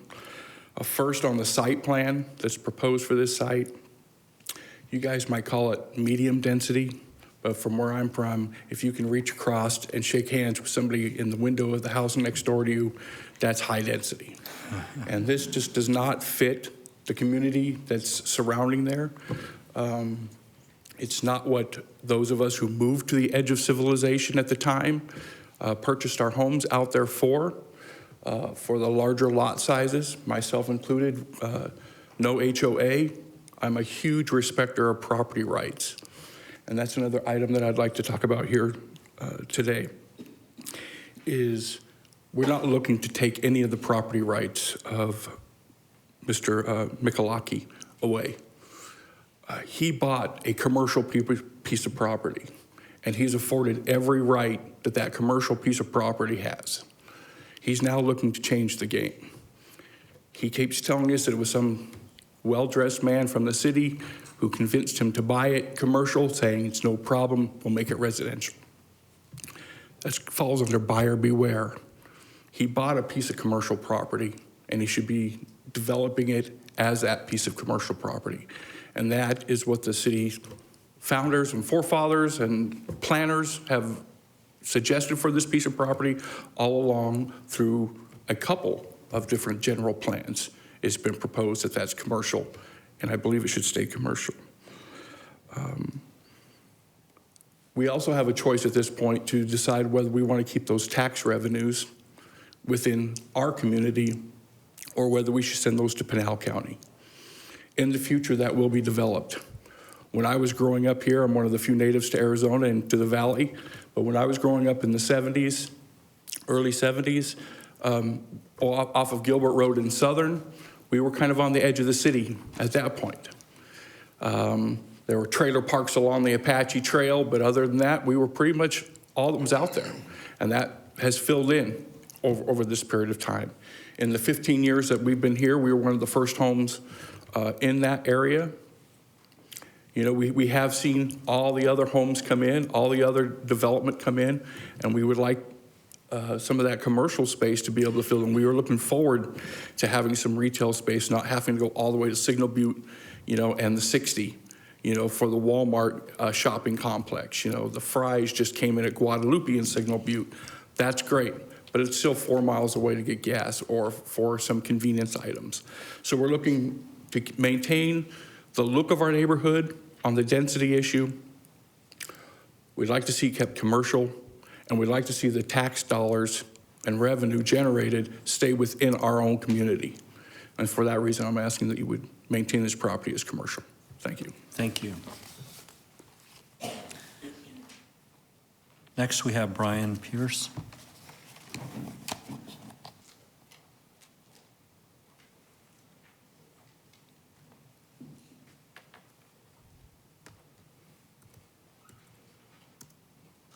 Hi, my name is Brian Pierce. I'm going to read a statement that I've written for you guys. My address Where do you is, reside? Where do you my reside? address is 11308 East Sebring, Mesa, Arizona 85212. Thank you. Basically, hi, my name is Brian Pierce. I'm a realtor with RE/MAX. Our offices are the 14th most successful brokerage in the U.S. and #1 in Arizona. So basically, what I'm saying is actually true. You can actually check and trust what I'm saying. So when I speak to you here, I have the facts. Basically, I live in the Desert Valley community that's south and west of this planning thing that he wants to do. Stratford Estates, which is a lot of the people that are here, they're trying to basically prevent it as well, just because it doesn't fit our neighborhood, honestly. I've personally lived in the community, and that project would be adjacent to, and it's called Desert Valley and referred to as Gila River Ranches on the county recorder's office. Office plat maps, and I'd like to say that I do not believe that it's a good fit for this type of housing, and the landowner is trying to get a modified zoning variance. As I understand, they're seeking to put 41 homes on the site, and it's only 317,000 square feet, which would encompass the streets of the said development. I understand that he's also trying to make it wider, which is all great and everything, but that's a whole lot of houses and a whole little lot of land. So if the council were to approve this variance, it's essentially going against everything in the area under the current build plan. When the landowner purchased the property some time ago for a cut rate price, they were aware that the property was zoned commercial, and the city may or may not alter that zoning, and it should be taken into consideration. And it shouldn't be burdensome onto the actual people that actually live there and have lived there for many, many years. In addition, the landowner is now also requiring unreasonable accommodation from the Desert Valley HOA, which as a landowner, they should already know that the HOA is not able to grant that landowner access to the sewer system as they're requesting. That would require a passing vote of 2/3 of the community. Right now, you have about 1/3 of the community that doesn't want it. With that letter, there's 30% don't even want it. I realize that the landowner is trying to do this in an attempt to be frugal when they have no plans to make any accommodations to the HOA or nearby homeowners. This is not a win-win situation for both the landowner and the surrounding neighbors.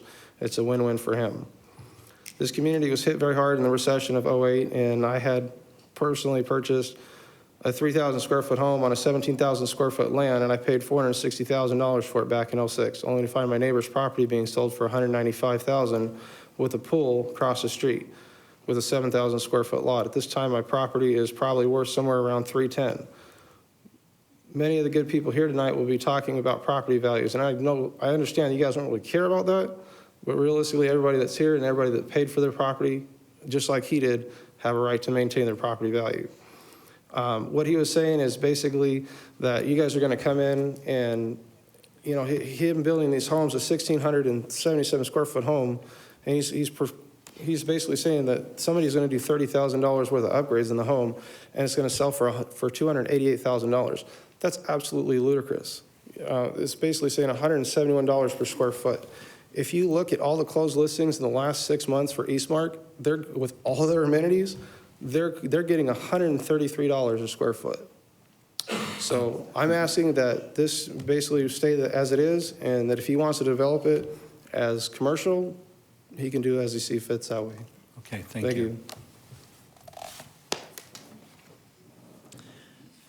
Next, we have our David Kidwell. There you go.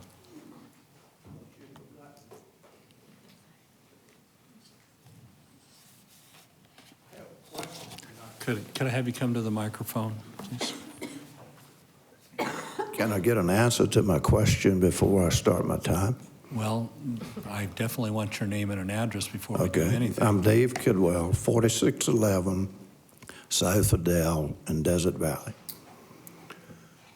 The question I have is, I'm looking at the agenda, and it says the planners have, the staff recommendation is approval with conditions. Could we get an answer to the conditions, what they are? I think that would be fine. And yes, we will hold the clock for you. You're good. Ms. Davis, would you mind to share those conditions for the group and Mr. Chair, I'd be Mr. happy to. Kidwell? Condition 1 is compliance with the basic development as described in the project narrative and as shown on the site plan and preliminary plat submitted without guarantee of lot yield, building count, and lot coverage. Number 2 is compliance with all requirements of the Subdivision Technical Review Committee. Number 3 is dedicate the right-of-way required under the Mesa City Code at the time of application for a building permit, at the time of recordation of the subdivision plat, or at the time of the city's request for dedication, whichever comes first. Number 4 is compliance with all City of Mesa requirements and regulations. Number 5 is prior to submission for building permit review, submit residential product for review and approval by the planning director to include. Item A is compliance with building form standards established in Chapter 5 of the City of Mesa zoning ordinance. The second is use of real building materials and finishes on the exterior of the homes, i.e. wood, stone, metal, etc. And the third one is side and rear elevations must be enhanced with appropriate transitions of wainscots, window detailing, and enhanced covered patios as shown in the elevations submitted. Number 6 was owner granting a navigation easement and release to the city pertaining to Phoenix Mesa Gateway Airport, which will be prepared and recorded by the city concurrently with the recordation of the final subdivision map prior to the issuance of a building permit, as well as all required notifications and disclosures as specified in Section 11-19.5 of the zoning ordinance.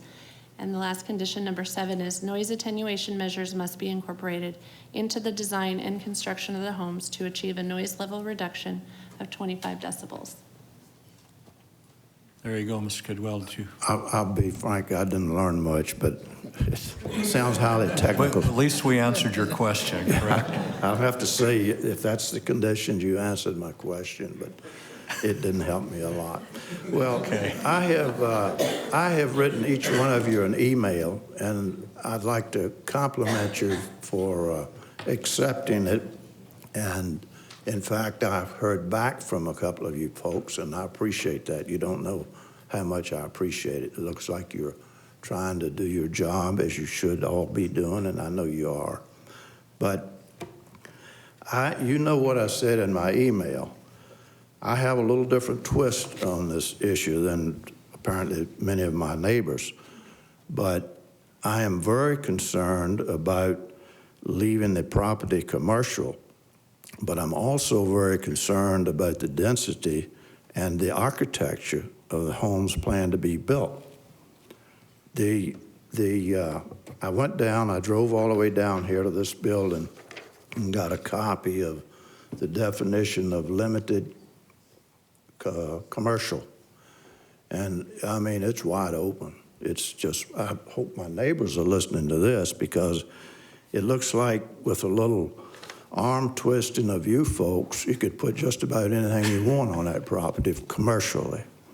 And I don't think that is a place for commercial activity, particularly a lot of them I could name, but I don't care to get into that discussion. But all I'm asking, as I said in my email, is for the developer to lower the density of the homes. And the simple thing to do would be to go back and look at the plans of my neighborhood, Desert Valley, and see how the structure of the homes, I mean, the style and the minimum size. I live in the smallest house in Desert Valley. There are several of them, but I'm one of them. I could accept houses like that on that property, but I can't accept 41 houses jammed in there like he's got them, and particularly with the architecture that he's proposing. It's gonna stick out like a sore thumb on that property. And I agree with this other gentleman that spoke back here. He'll, pardon my French, but he'll play hell getting $300,000 for them. It's just not in the cards. And that worries me a little bit, because it's something I don't know about this. I'm not a professional real estate person. I've had several homes over the years, but I can't see, I would not build a house in there like of that size and try to sell it for $275,000. He's not going to make any money. He's not going to be able to sell them, I don't believe, but that's another matter. But I would rather it be residential, but make it at least consistent with all of the houses that are around it. Don't put in a sore thumb. And 42-foot frontage, mine is 50 feet.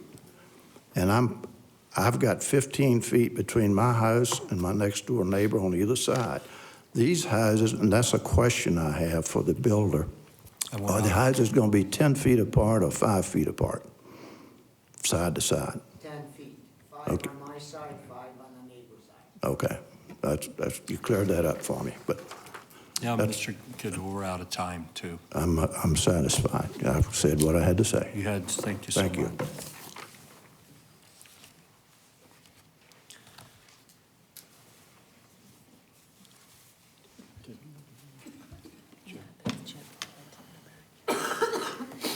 Jim, we found your other card here. Awesome. I know you're still giddy, but we're going to pass. I've still got some really good stuff. You can enjoy it. And you know what? The next one we have, Liz, we've already heard from you. Is that Liz or Rafael?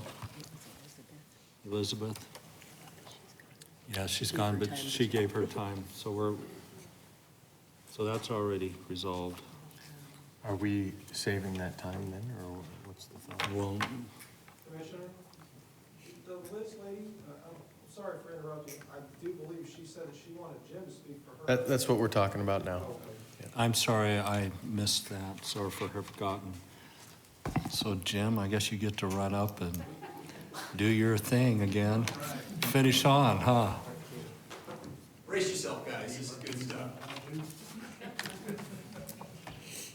No, I wanted to talk again about the staff recommendations. Jim Holland, 11504 East Rutledge, forgot. Okay, but as we're talking about staff recommendations, they talk about, on terms of point number 3, in terms of transitions, that this is appropriate because we have a transition area. A transition from what? We have homes, my house is on a lot of 13,000 square feet. I could take 4 of their lots, stick them on mine, and still have room to rattle. Okay, the homes that are exactly to the other development, again, are much larger. And by the way, they have some 2 stories. We have no 2 stories whatsoever. There's no transition here. They are the ones that are creating the need for a transition. They're jamming not only on small lots, but every single one of them is a 2-story.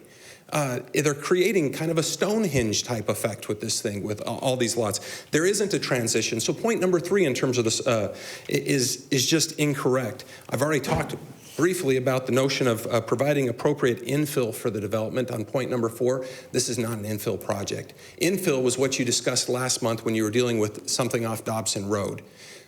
We're at the very edge of civilization. We have been for years, will be for years to come. It's on state trust land bordering us. We don't have an infill situation. This isn't consistent with the appropriate standards. Now, the other thing that they've talked about a little bit is this notion that, well, millennials, we're appealing to a different type of group. No, millennials don't want to live in postage-sized lots right out next to the desert. Millennials live in the city. Millennials live where they're in walking distance of all the amenities. Millennials live where they've got not only stores to go to, but also clubs or bars or things of that nature. They're not out in the middle of boondocks where we are.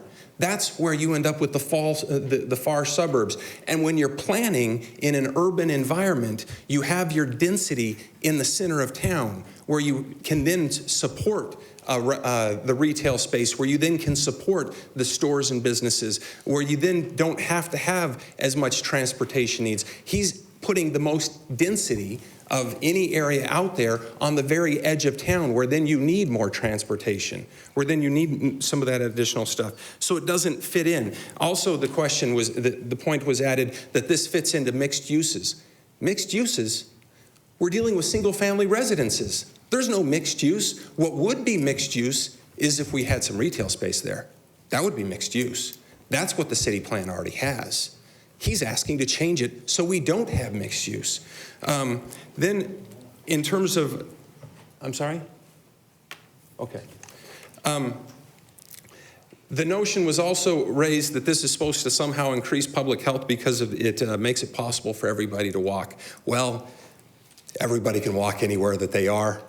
That's not really going to be doing it. The point is that as you go through point by point on the staff recommendations, they don't match up with existing circumstances. They don't match up with good urban planning concepts. They don't match up with the general plan. And that's the real problem here. Thank you. Thanks. All right. Okay, where are we at now? Okay, very good. Believe it or not, we have somebody in support of this. I'm going to turn some time over to R.C. Hard for comments. R.C. Hard already spoke, and That's right. I think he would have spoken against it. I didn't hear the support. He marks support. He marks support. You're right. And I was going to give him a chance to speak twice. Can you believe that?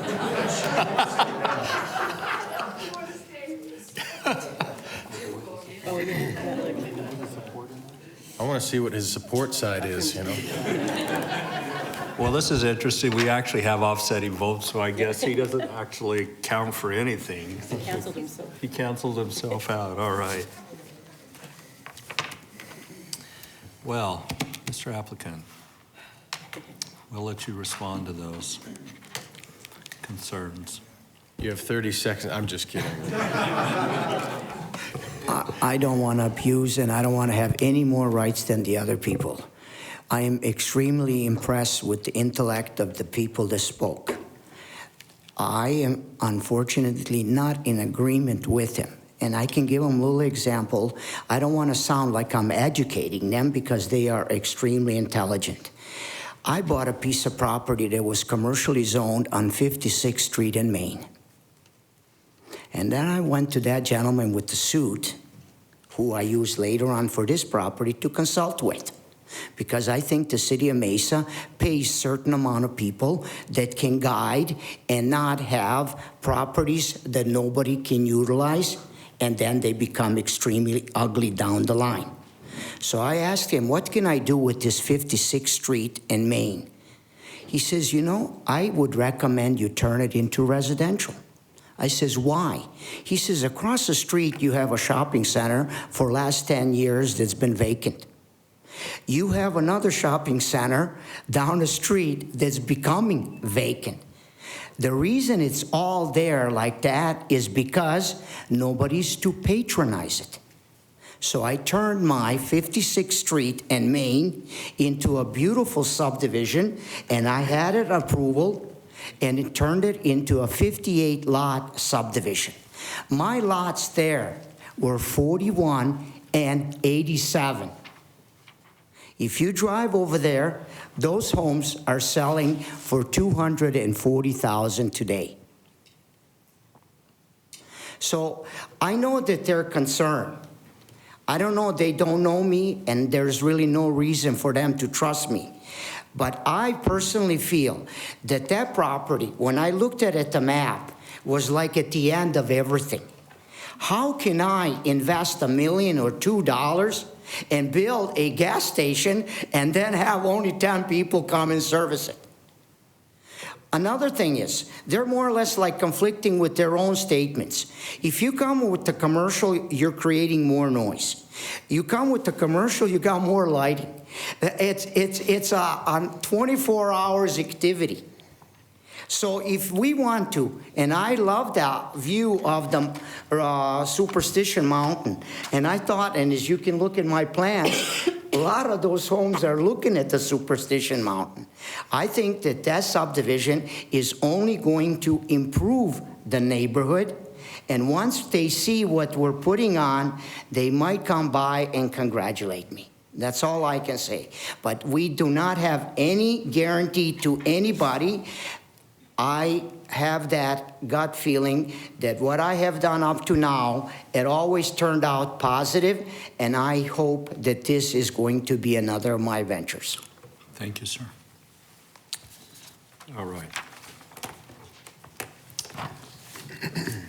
Staff, or excuse me, board members, as I was listening to the comments, my personal perception was essentially all of them were talking about the commercial viability or hope to be a viable use, wish to be a viable use. I heard very little about the project itself, one or two, very little about density, but they would like to see something lower than density. So, you know, those would be the areas I think we ought to discuss amongst ourselves. I might mention, as we start this discussion, my own experience as a commercial real estate appraiser, and I feel for everyone involved here, and because everyone's impacted, good and bad, as it is with any other location in our great community. Every one of us was impacted for the most part by the downturn, and many of us are still trying to dig out of that hole. A lot of us are able to utilize and benefit from parcels that remain vacant. We hear this often because of views, the ability to take walks, and, you know, the absence of noise or congestion. But at the same time, there are property rights associated with those vacant parcels, and that particular owner always has a strong position to do something as well. In response to the idea that a gas station, and I really appreciate the one comment about the about the current zoning and the fact that we would like and hope and think that it would be a gas station where we could get our Coke or something. In reality, all sorts of different uses could go there, but from my experience, there is nothing close to the type of traffic volume that would ever support in any foreseeable future the user coming in there and put a gas station there. It's going to go somewhere else, but that's just one opinion as I share that with you. Aside from that, I would agree it's not really an infill project, but actually the use would be conducive with what's already there. It is a residential use. I could see some benefit to the argument that going, when everything is single story, to suddenly go 2-story, you know, that is maybe a little disruptive to the community, and styling may be an issue. But on the other hand, I might share as we move forward in this new cycle with parcels just like this, what is proposed is very typical for other parcels that are like this.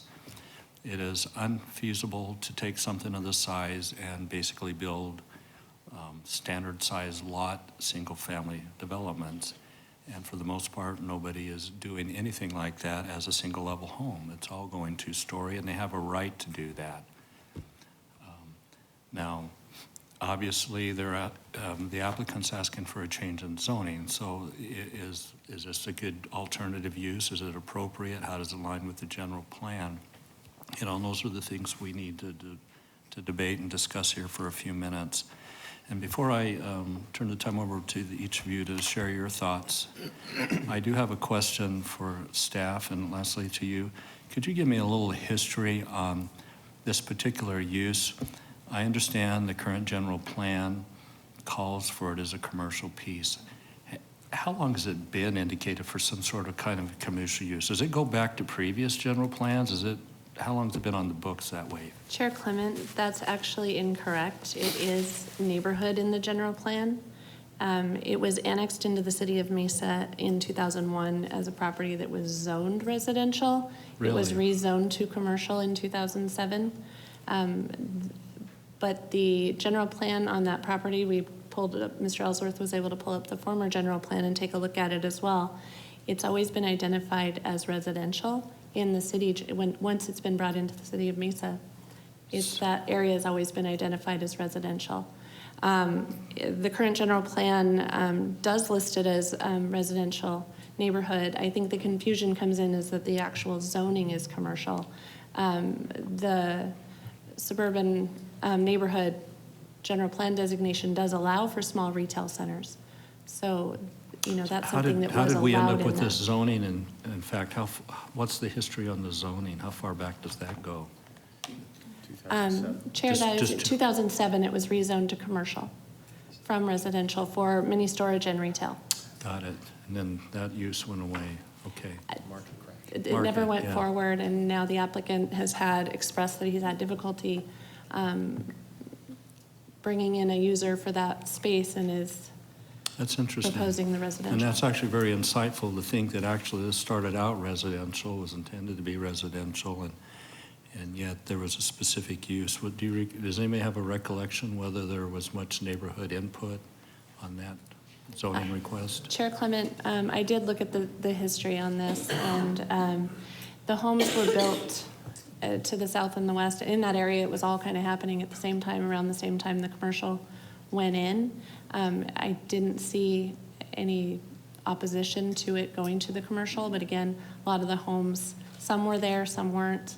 I don't know exactly how many had been constructed very close to this commercial, but I didn't see opposition when I went through that history.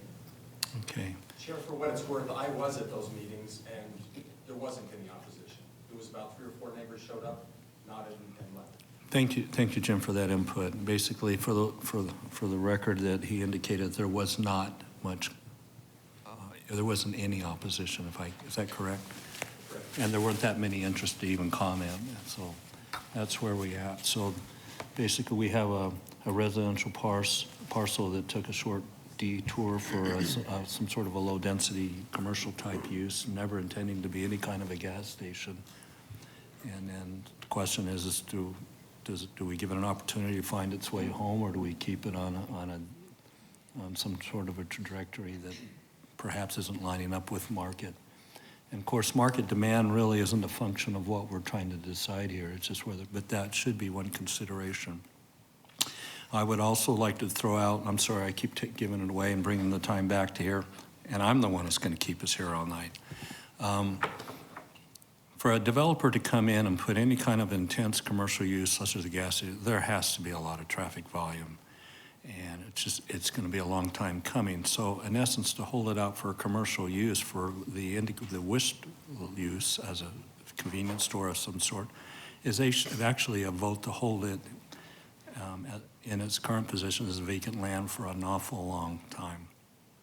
I know that developers, seeing that the fact that this neighborhood is grossly underserved with commercial services, would be quick, and now that the market's getting better, to look for an option nearby that will serve the larger populace within driving radiuses. They'll consider that to put a use. And my hunch is it would probably come in a larger center, which would probably include a service station close enough to satisfy that need. So I think I better stop before I keep going here. So I'm going to turn some time over to you board members, and I'd hope each of you would share a thought or two on this, and then we'll go from there. Yeah, I appreciate, first of all, everything I've heard. This is something I hope everyone understands. We don't take lightly, in the comments and the preparation and the travel and everything here. It really means a lot to what we do as well, because ultimately it's good to know sometimes a little bit more in depth as to what people think around these properties. It's very important. As it relates to, I've heard fueling station many times. So I'm an architect, and that's my practice daily.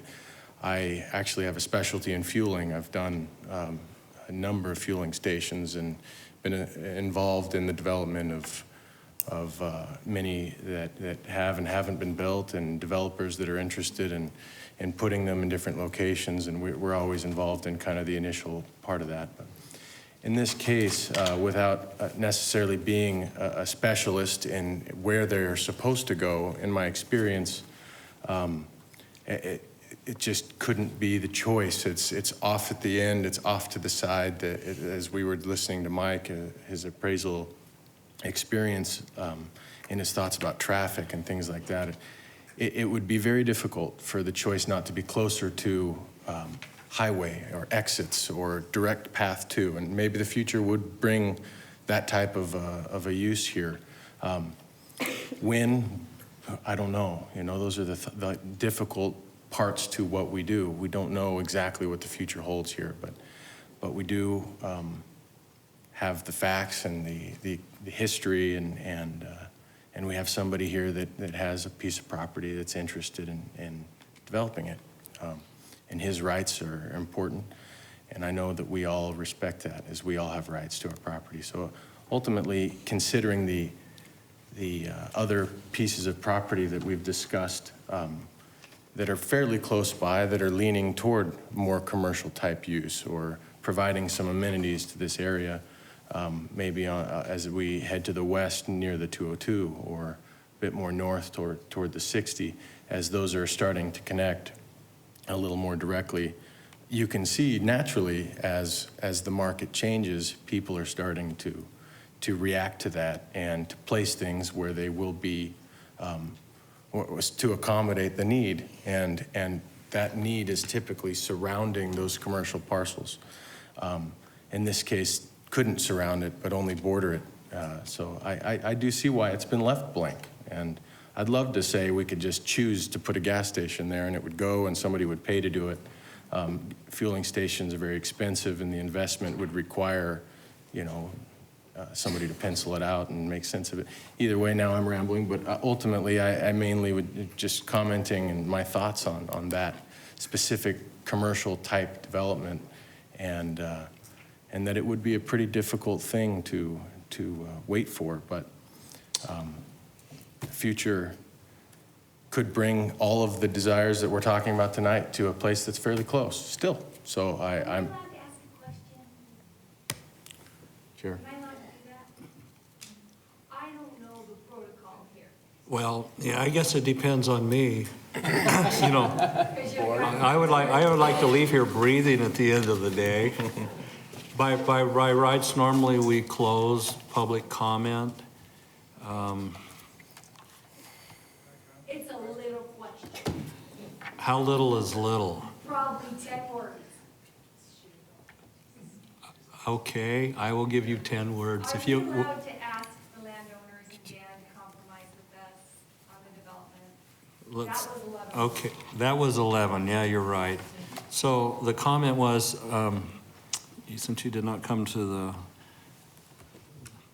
the microphone to speak, is there any room for compromise? And this is to the owner on density, and that is a good question. That's actually a topic we have yet to discuss. I know I've started out on the commercial end, but I hope to go there before we can complete this. So, So I'm going to hold off on it, but it was a good question. I think I would move that because I think this might be the bill. This could be, I like that. Anybody else want to take a potty break? Let's see. We might have to here. Okay. All right. Anybody else? And let's talk a little bit about the density besides the commercial issue. If you have similar feelings, I mean, whatever they might be. Chair? Let us know. Yes, are you ready? Yeah, halfway ready. Halfway, So I'll okay. start because I'm still not collected on what my thought, or which way I feel to go. Okay. I definitely agree with you guys that this is not a commercially viable site. There is just not, it's not going to happen I mean, and when we say long time, I mean, yeah, there's 10 years, whatever, but I mean, I'm talking decades, like multiple decades, because this is state trust land, and if you've ever been through the state land trust land process, this is going to be a very, very long time. They've already tried to go through this whole site many times, and it's not gone anywhere. So just because of the politics and stuff like that. So this has no, as you mentioned, the traffic is not there. You're going to see everything go where there's already surrounding residential along Signal Butte or on Mountain View or whatever. So it's not really, to me, it should not stay commercial. However, that being said, again, I'm kind of conflicted also with the types of homes and just the density.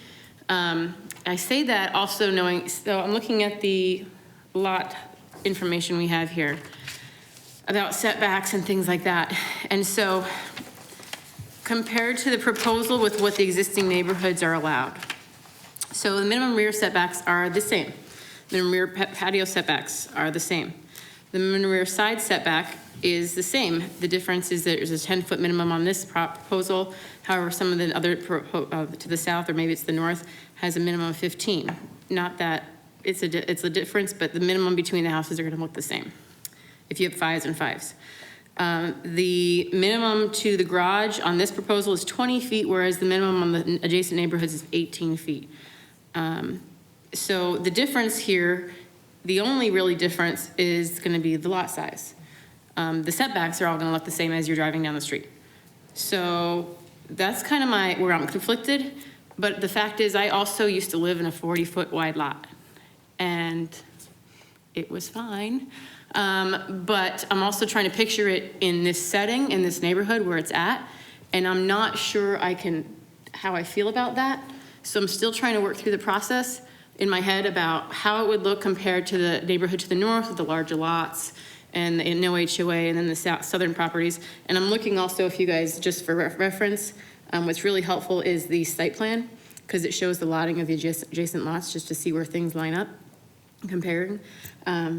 So that's kind of where I'm conflicted right now, is if usually when you, like as you mentioned, it's like the transition period stuff, you're taking that density, you know, when you're trying to transition to something higher intensity.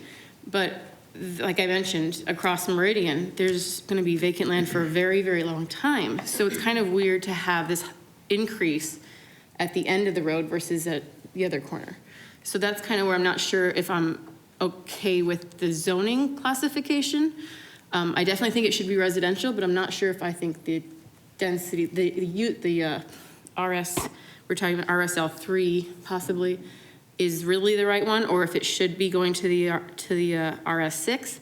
But then again, I mean, because I'm coming also from the development side of, okay, well, what do you need to actually build it?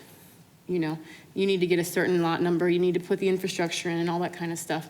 So all these kind of things are just going through like, okay, what is the best situation for this? And waiting for commercial, I mean, and tax dollars being lost, there's no tax dollars being gained right now. It's sitting there. Yeah. So that's Jessica, what are your thoughts about the two-story concept? That'd be the only thing in the area besides being off. And that's because where I lived, we had 2 stories and 1 stories, and we were 40-foot wide lots. Pretty similar. I think we had a little bit wider side yard on one side. It was like 5 and 7 or something. But it was a 2-story and 1-story mix. So what happens is you get a lot of 2 stories. And it was mostly 2 stories. The 2 stories sell better, just because there's more square footage and more building. But again, you come up next to some of these 1 stories. You know, it's just an odd location. I've seen it done elsewhere where that happens. where you have this kind of stuff, but it's also adjacent to another I mean, if the other side developed, I could see it matching and kind of going, but it's just so far out. It's a huge when and what if and all that stuff, you know. I mean, who knows? You could have, you know, autonomous car dealership across this corner. I mean, you don't know what's going to happen in 30 years, so. That is true. And in reality, it'll probably react to whatever happens to go here in part, but right. But that is one large tract, and it's going to be a massive undertaking. And I don't see the 24 and the 60 and all those freeway connections. Signal Butte's the connection. You're going to have the interchange at Signal Butte. This is not going to be, I mean, if it is, it's going to be a side. It might be a collector at best. It's not, it's going to go through, and there's some access on the 60 right now, but it's a very restricted access because of the canal on the north. So you're already having restrictions there and to the south. It's a difficult site. Okay, and what about the design? That was another.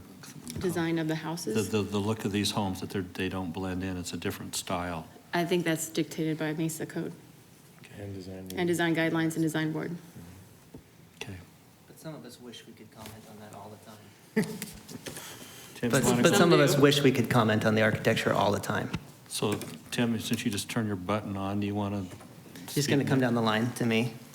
Appreciate all the input from everybody. Appreciate the emails I got from everybody. I tried to give my thoughts as it was going on in response to all of your emails. I appreciate that. I've probably changed my mind 12 times tonight as everyone's been talking, just going back and forth, trying to judge. You know, we're here, we're on this board to anticipate the future, right? Like that's kind of a hard thing to deal with.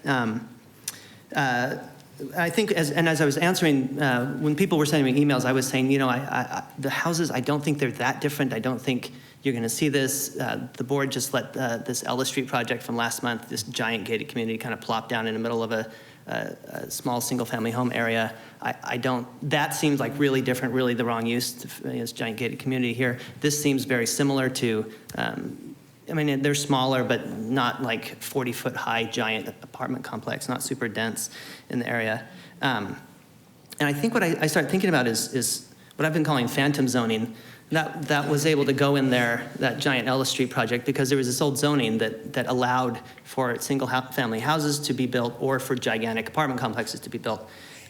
With this commercial site in here, originally this was, as I read it from the staff statement, in 2007, this was zoned commercial to become a self-storage facility, a 2-story high self-storage facility, which would be a giant block, right? That's more like this Ella Street thing that went in. It'd be this giant block that would kill all the views. And as an architect, here's where I can comment architecturally. This is the edge. Like, to put a giant self-storage facility there and kill the views of houses that could be looking out on the desert, that makes me weep, right? That you're just gonna block all that for that. So originally when I was thinking through what are the good arguments against this, I thought, you know, keeping it commercial for the future, I think is a really, really good argument against it. But now listening to members of the board talking about that and hearing from staff that there's a commercial development half a mile away, and seeing what it was gonna be and what it could be, you know, giant self-storage facility, I think I've changed my mind on that particular case for it. It doesn't seem like a commercial is the right thing to go in here. Commercial could be a lot worse. That could be the phantom zoning. You know, what if something horrible goes in there that's really bad? And you're like, oh man, I wish we'd gone with those little houses instead of this giant commercial thing that could go in there. And then on the other side, I'm looking at a lot down the street from me. It's going to be in my neighborhood. I wanted to put 4 big houses on it, and I was talking to a developer, and he says, well, why don't you put 10 townhomes on it? You'll make $500,000 more. And I was like, wow, that's a good reason to go with more density. And I totally understand that. It's kind of the way infill projects happen in the city right now, and it's very tempting, right? It's a very, very hard thing to do. Or even to say, okay, well, what if I did 7? What if I did 5? What would work? What would not work? And it's hard to run those numbers. So I totally understand that side of it too. My final thought would be I know that at one point people thought it was LIHTC going in, it was low-income housing, and there was going to be giant opposition to that. The funny thing about that would be all the light tech, the city's got way too much on the west side. Like, this would be the place you would want it to get the balance that the city is looking for, where you want a balance between wealthy neighborhoods and poor neighborhoods so that everyone can assist one another. Council's voting on all these ones tomorrow, but there's nothing out here. No one's building this kind of stuff out here. Although, again, if the cities look for balance, that's where you'd want it. So those are all my thoughts. And I still haven't decided how I'm voting. Well, you know what? We're going to hear from 3 more. You may change your mind 2 more times before you end up where you're going to end. So Jennifer, let's start with you, and then we'll work. Okay, since Michelle. I'm next in line. I can see both sides of it, and as you've, all mentioned, that it is a difficult decision. I do appreciate everybody that's come out and come forward and cares about their community and what you have. I don't think in my personal opinion, the development as it stands right now flows with the surrounding residential area. I don't think it's congruent. I do like to see a mixed density and such, but more in an urban setting like in a downtown area. I think for this area that is on the outskirts, that I would like to see a more congruent development, less density in the homes. Now, I understand that the value is there, and I don't think the value is necessarily a concern in my mind as much as it is the density. I'm concerned about the 2 stories and the number of houses in the area is not congruent.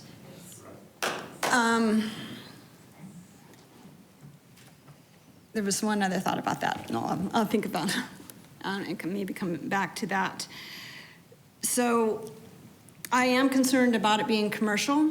And talk about property values. Sometimes having commercial on the other side of the fence is not a good idea at all. I think there could be some other options. I am amazed at the community turnout and the involvement in this project, but I'm a little disappointed in the turnout at the meetings and wishing there was maybe some more compromise that occurred before I came here. I see a lot of opposition, but the meetings were weak as far as their attendance. I think there are some possible options, which we are not here to vote on what those could be. There's office space that could happen in a commercial type setting. So where I am right now, I would say, is that I would leave the current zoning as it is until there's a more desirable zoning or development as far as residential or another use that would be a better flow for the neighborhood. Okay. Thank you. Steve? I'm not going to take up too much time. I've been in the real estate business since 1972, and I drove down this area, and I'm going to concur with what most of the other board members have said here about being commercial. I don't see it being a viable commercial piece. There's not enough exposure or traffic to support that. Maybe in the future, and we're probably talking about a long time in the future to happen. I don't think that's a fair thing to do is to wait for that to happen. And the way it is right now, it'd probably be in support of the applicant, the way it is. Okay. I'm satisfied with it. Okay, thank you, Steve. Will, Michelle? My final vote ever? Sorry. Oh, I'm like, what's happening? I actually believe that the project is too dense for the area, actually. I think that larger lots, I'd be more supportive if they were larger lots. And I know you don't want to lose lots, but I don't think they're compatible. I don't think the design is compatible with the area. I live very close to the 202 and Brown development. And even in that area, which is pretty much it's pretty dense, I thought that was a little strange there. But I know it's being constructed and people are buying it, so I'm glad. But I think here I just don't see the compatibility and the sustainability over the long term. And 170 people are opposed to this. I think that's a significant number, and it certainly got my attention. I won't comment on the commercial. I'll leave it to the experts. I was kind of thinking commercial would be nice to hold on to it, but if it's not viable, fine. So I wouldn't be in support of the project in its current density and lot configuration. Okay, well, I guess it comes back full circle here. Michelle, let me ask you a question in terms of the density, and some of the others had issues with density. So what is appropriate density? It's not for us to decide per se, but I'm just curious what the thoughts are. Do you shave off one home? Do you shave off two? Do you shave off 10? Any thoughts on that? Where do we go? The way I'm looking at it, just as they, Michelle had mentioned, just, the surrounding communities and stuff like that, I would be more amicable to matching this south community, the community that it's around, that it's surrounding it directly. I wouldn't say it needs to go to the larger lots to the north, but something that's closer in line with, what is the lot size on the ones to the south? They're about a quarter acre. 55 by 100. They're 50. Board Member Sarkisian, their 55 by 115 is the minimum that was approved through the RS6 PAD for that. Okay. So I'm not, I mean, I know lot depths are issues just because of the way the roadways are configured. So I'm not so opposed to, it's not really the lot size. I'm not saying I require a minimum of 6,000. I'm saying I would prefer it if the lots lines matched up with the adjacent, and they can have the shorter depths to fit, just because you need to get the right-of-ways in there. And you can't make it larger without losing entire streets or something like that. But I would be more comfortable with the 55-foot wide. Okay. Anybody else that wants to comment on density? I would just, if I could, Mr. Chair, just to concur with my fellow board member here. I agree, 55 feet width would be much more compatible. And in all other respects, it would be similar to the adjacent development with the setbacks that you walked through all of those. But again, deferring to the applicant there, how many lots would that really be a loss of if they went to 55 feet? That's my Yeah, that's question. a I don't know if maybe somebody for has you. done that calculation.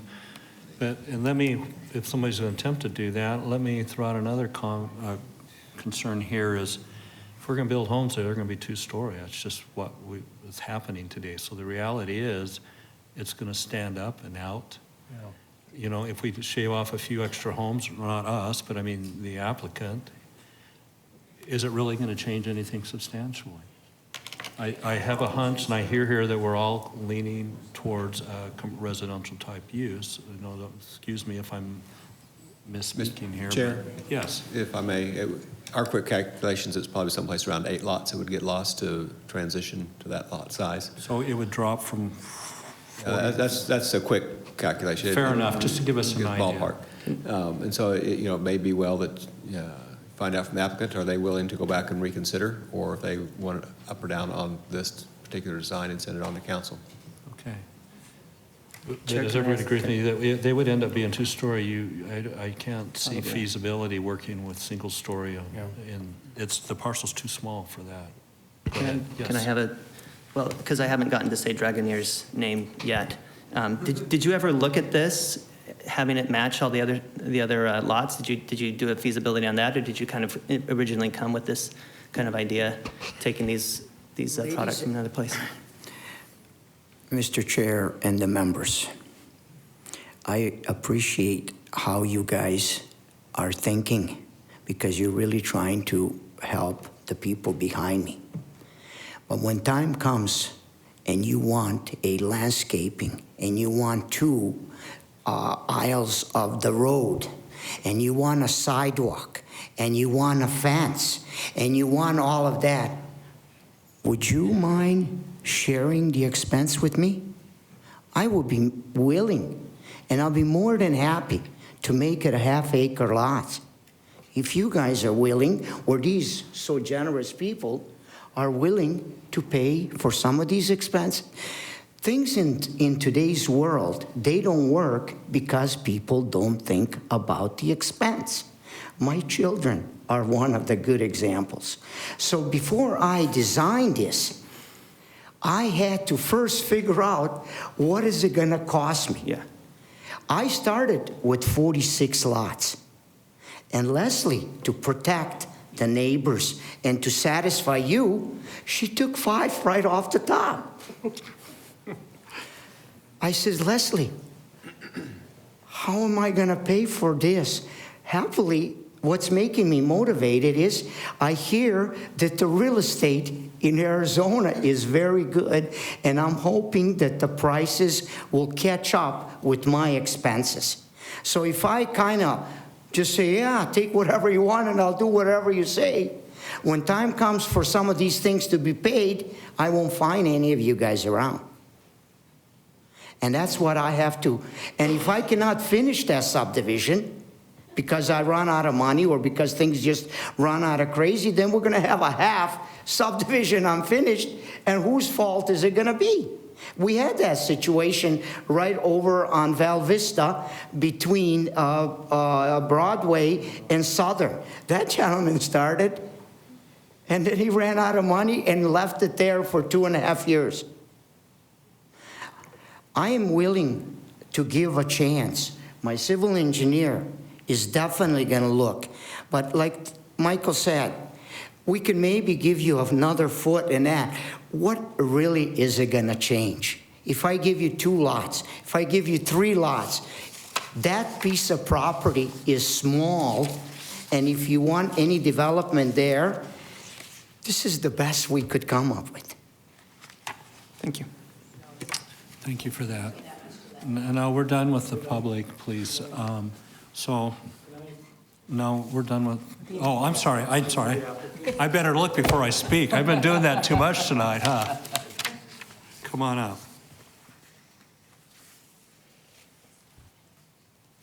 I'm Jeff Giles. I'm with Klaus Engineering, a civil engineer on the project. And I had laid it out. And I just wanted to respond to the lot sizes. If you could bring the site plan up, it's really kind of just a mathematical deal there. On the west side, there's, what is there, 9 lots? 8. There's 8 lots. So if you went from 42 foot wide to 55 feet wide, that's 13 feet per lot. So if you went 8 lots times 13, basically you lose 3 lots on that side. So if you look at it in perspective, you would lose 3 lots on the west side, you'd lose 3 lots on the south side, so that's 6 lots. You'd lose 1, 2, 3 in the middle,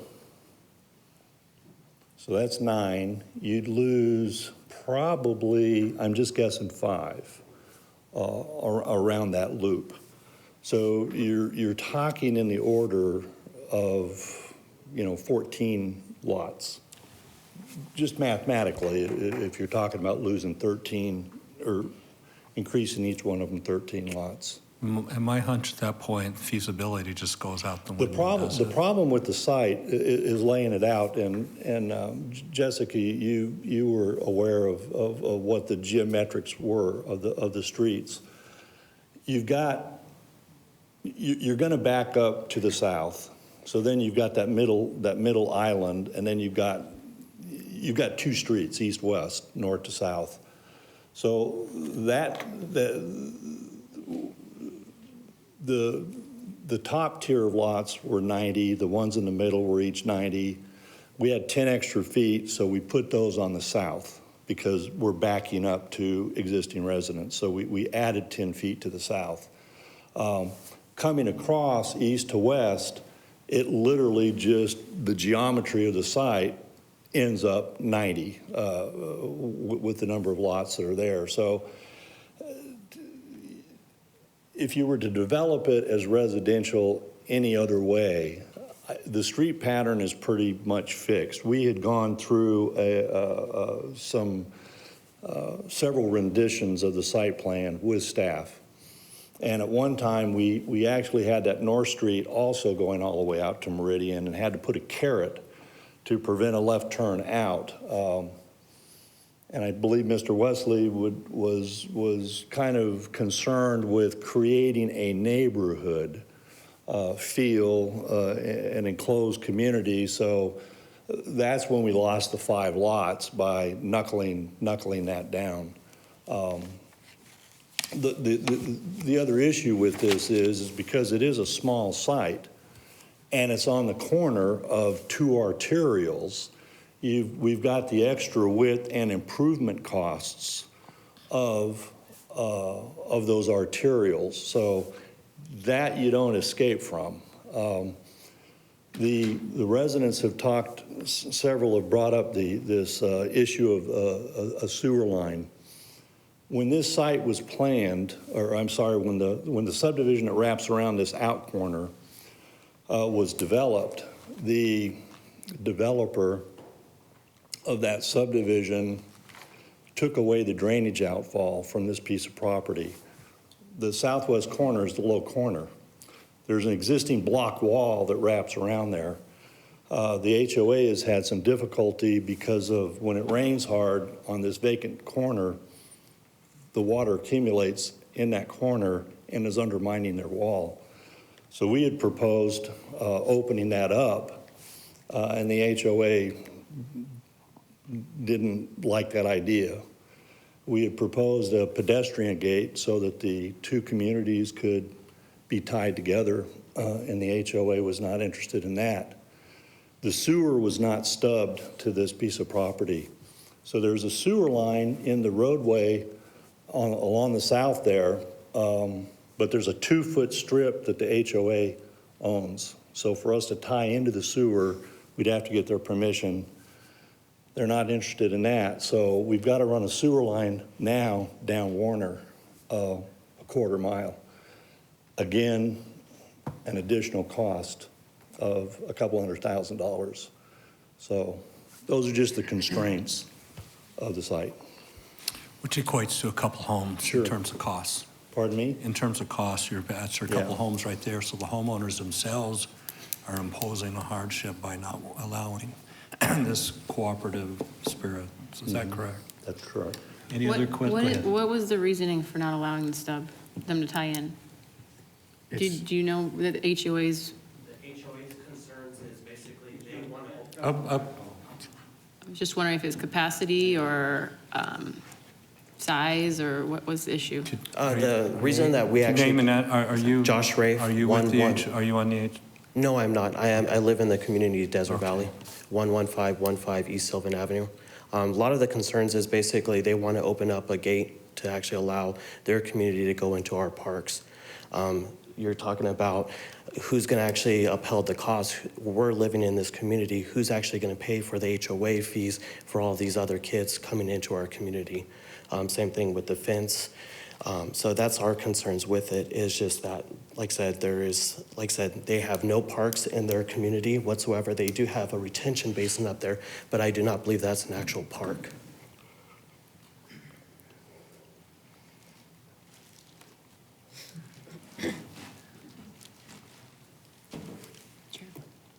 Okay. Could you show us, are you showing that? A retention area with the playground. We have a retention area with the playground. For 41 lots, we met all the rules and we're trying to provide. And that gate situation, I think, upset them more than anything else. There was a recommendation by Leslie to ask them, so the city, they like 2 communities. I am not proposing that. And I would be more than happy to drop that subject, because I don't want to upset any more of these people, but because they feel like I was the one pushing that. Oh. Mr. Chair, I may be able to clarify. Yes, would you please, Leslie? We want you to go home alive, too. When this applicant first came in to the city, as was stated earlier this evening, our general plan encourages connectivity. So we like to see neighborhoods that connect with one another. We had encouraged them to contact the adjacent HOA to see if there was a possibility of putting a street system, which would actually help this development in that they wouldn't need 2 connections to the arterials. They could just do 1, because then they'd have their 2 entrances into the neighborhood. Again, the city cannot force a neighborhood next door to connect with a neighborhood. which I believe is some of what drove them to increase the number of lots. So we encouraged those conversations to happen. Mr. Mikulaki indicated that he had had those conversations. We didn't directly participate in any of that. They came back with letting us know that the HOA wasn't interested in that, so it stopped at that point. I know they've continued to have conversations with the HOA regarding the sewer, hoping they could have just that connection, not a pedestrian gate or any of those things. So hopefully that clarifies that issue for you. Thank you. If I could, I've talked to the president of the HOA on this issue, and one of the things that Tell they're us talking again. about is, I'm sorry? Name again, I'm sorry. Jim Holland, I'm sorry. They're talking about the hundreds of thousands of dollars attributable to the sewer line and things like that. The HOA's, one of their big problems is the density. And they're saying they need density in order to be able to support it, which part of that is the hundreds of thousands of dollars for the sewer line. If they would reduce their density, maybe they could get the HOA to be more responsive to be able to actually do that attachment. They don't need the hundreds of thousands of dollars. The fact of the matter is, when we showed up to the meetings, they wouldn't discuss with us any sort of negotiation. It was just, this is what we're doing, take it. So that's where we are in terms of the extra expense they're complaining about. Thank you so much. I actually am glad you came up and spoke. Are you still giddy? You calming down a little bit? Are you having fun? Oh, I have a lot of fun, actually. So this is interesting. And you know what? And I appreciate everyone that's here and the civility. I know this is a tough situation, but I believe I hear progress being made as we continue on. Go ahead. So I spoke with Adam Armour this week. He's the HOA president there, and he'd written a letter to the P&Z board that I had seen. And on the sewer specifically, when I talked to him about it this week, he said the issue was he just thought it was hard to get it approved in the HOA. I think somebody mentioned it here. I mean, their current understanding is that it would require a majority vote of the HOA members to accomplish that. Now, he said he wasn't against Mr. Mikulaki paying to try to do that and allowing that to go through the process. But he thought it would be a challenge to even accomplish just giving the rights to the 2-foot easement. They were against the connection all along because they're concerned that residents come over and use their amenities is kind of the issue there. And my understanding is Mr. Mikulaki went to a couple of the HOA meetings and they just never had time to let him speak to talk to people about it. And Mr. Armour's letter that I read, he was mostly concerned, wanted commercial like a lot of these people did. So my question, sorry. Go ahead, So my go ahead. question then is, based on what you just said, any development would require this expense to come in, and I'll go all the way from Warner because you cannot get anything. So residential, commercial, anything would require this expense to tie in further down Warner. Yeah, it wouldn't matter, if it ended up being some other type of residential or commercial. If they need sewer, eventually they're going to have to tie into sewer in some way. Now, it's possible to do it through the HOA, but we haven't really gone down that road. I don't know if it actually requires 2/3. I don't think they explored it fully necessarily because it costs money to explore it. You have to have your attorney review your documents and stuff. Okay. Jesse, you have anything else to add to that? 'Cause I think we're actually headed in a good direction. No, not for, I have comments. I'd still like to throw out the fact that whether we knock off 4, 5, 6, 13 homes, we're still going to end up with 2-story homes. And it is going residential, folks. If it's not this case, they'll come back with another one. And I'm saying the stone wallet over a sewer hookup, there's room for some negotiation right there. And my honest opinion is I don't think we ought to vote on this yet. I think we ought to let you, I feel some soothing of the walls, the barriers, if you will, and I would suggest let's actually get together and talk so this becomes a win-win with compromises, and at the same time allow a developer to build a residential project that he can finance, that is financially feasible. There is a balance act, and I believe everybody wants the best thing, but to stonewall this for the sake of keeping it commercial with the whole idea just to keep any project out, in my mind won't happen because my hunch, we'll see another residential. And it's going to have to be a higher density, and it's going to have to be 2-story. That's just where the market's at. Chair? Yes. I do have one question. Yes, With the larger lots, can't you build a bigger house and then that would increase your revenue? Can you sell them there? I'm always concerned about you going home. I got all the documents to show you. Larger lots are cheaper per square foot. And in the subdivision behind us, I have statistics. There is 2,000 homes south and 2,000 homes north of me. In that neighborhood of 4,000 homes, there's only 8 homes that are for sale. The square footage that is, and I can put my glasses on and give you the actual, and you can put it in the records and have these our realtors verify my statements. Active south of Warner, a house that is $2,175 is selling for $133 a square foot. A house that's $3,055 is selling for $107 a square foot. So by me turning these larger and building bigger homes, I'm defeating myself. You guys have to understand, when I bought this property and spent the money, before I bought it, I spent weeks and months studying and trying to figure out what is the best for the neighborhood and what is it going to make me some money. So I can give you a statistic, 3,999 square feet, selling for $87 a square foot. Do I want to go down that road? I have a subdivision north. That's the gentleman that is there, active north of Warner. Their houses are small, 1,300, 2,800.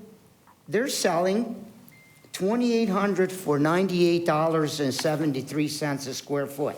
They're selling 3,691 square feet for $83. My homes are going to start above $120 a square foot. And the reason is because we have such a nice exterior appeal. I mean, they might say that it does not look like that, but when you put all these decorations on the front, that's what people want. So I hope you can understand me and don't kind of stop my progress, because I'm not doing anything to harm anybody. I'm just trying to make that empty lot that people are continuously dumping stuff on clean, and somebody living that is going to pay the state Maricopa tax and everything, so we're all going to benefit. Jessica? Sure. Okay, so I don't disagree. I think the houses are very nice. I think the architecture and everything, I think it's very nice. I think you've gone through the process for the design. And thinking about it, I don't think changing the lot size on this is gonna make a difference in the product. You're still gonna have the 2-story. So that's just it's gonna stay whether you make the lot sizes are bigger for this application. Because there's already a developer involved, there's already a plan involved, that's what you're gonna get. That being said, I don't feel it fits. I think you need to have the 2 and the 1-story options. If you're gonna have 2 stories to help that transition over or something. I just don't think this piece right up here at the end fits. I think the density, I still think the density is just not appropriate. And I think that's what we're here to do, is to decide. We have that authority to say if we think it fits or if it doesn't. I do think it should be residential, as most of us do on the board, but I don't feel it fits here. And I feel, given the improvements to Eastmark, the way things are going, the improvements, the commercial that's going to be coming in, the new development, I think the market on this lot will only increase, and therefore also provide further opportunities for different product, different layouts that are with the more compatible density. I would also add that density is the way it has to go. despite how you feel and everything.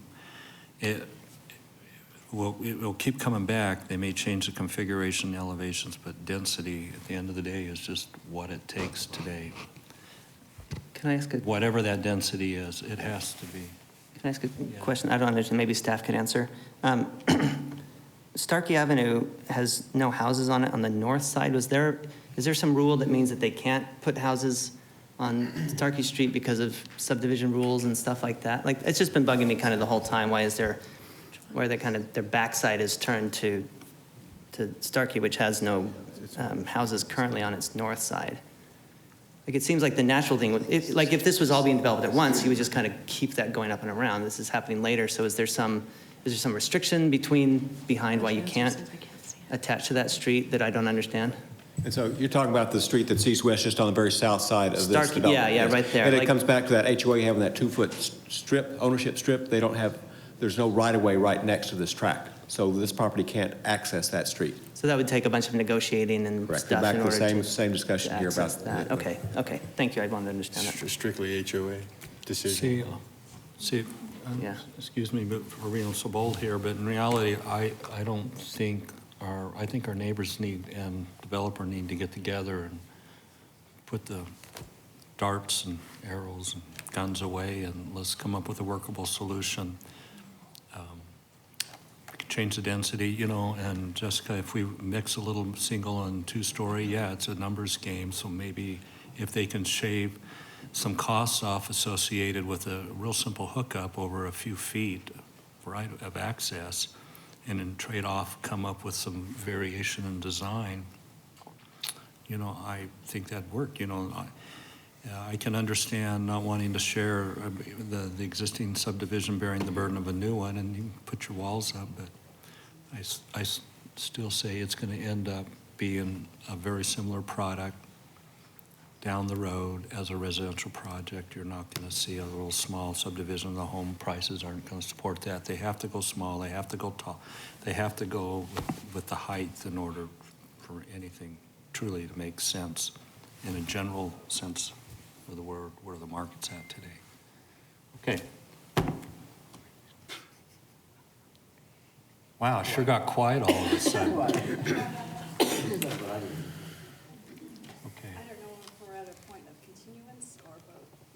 Well, if you want to ask me for my thoughts, I think we ought to continue and give them another opportunity, and I would ask both sides, and I say both sides, sir, to find a compromise. I actually have, in hearing that, I don't mind at all continuing, because I definitely want to make sure that they are happy. yeah, because at some My point or the other, question you're is- going to be back with another resident, and it's going to be very My question is, similar. what guidance, what do I talk to them about? What would you want me to change to make them happy? Well, I would go to your engineering. I would figure out some various options, option 1, 2, and 3, whatever. Mostly about density, is that correct? Well, a combination of, it has to be dense to work. I'm sorry, and you I think we've can, already decided it probably won't go commercial. no, I think we're in agreement there, so that So the we're going commercial residential. argument, let's just drop that. They might not like the way the houses look. They might want the houses to look more like the ones behind me. So change your elevations a little bit. That's something I'm willing, and it's something that she Yeah. can put in her recommendation, or you can let's talk to stipulate, you. so we don't have to come back and keep you again another night long. I mean, Well- I am willing to change the elevation if you guys think that, Okay, so now, I'm looking down to Am I your right? engineers and your team. I believe you can come back with some options, present to the neighboring ownership that is here, addressing the various comments, drop the commercial thing, and talk about cost hookups and some alternatives for variation, and maybe some 1s and 2s, what the elevations might look like, and even dropping a unit or two, and give some more setback or park-like area. At some point, it's got to be feasible, and I believe our engineer here can figure out what those cross points are. The street pattern isn't going to change, and the connection, we have to connect, the city's asked us to connect to both arterials. So the lot depths aren't going to change. So the only thing, I'm just commenting that there's really no engineering magic that's going to really change the layout other than widening some lots and losing some lots.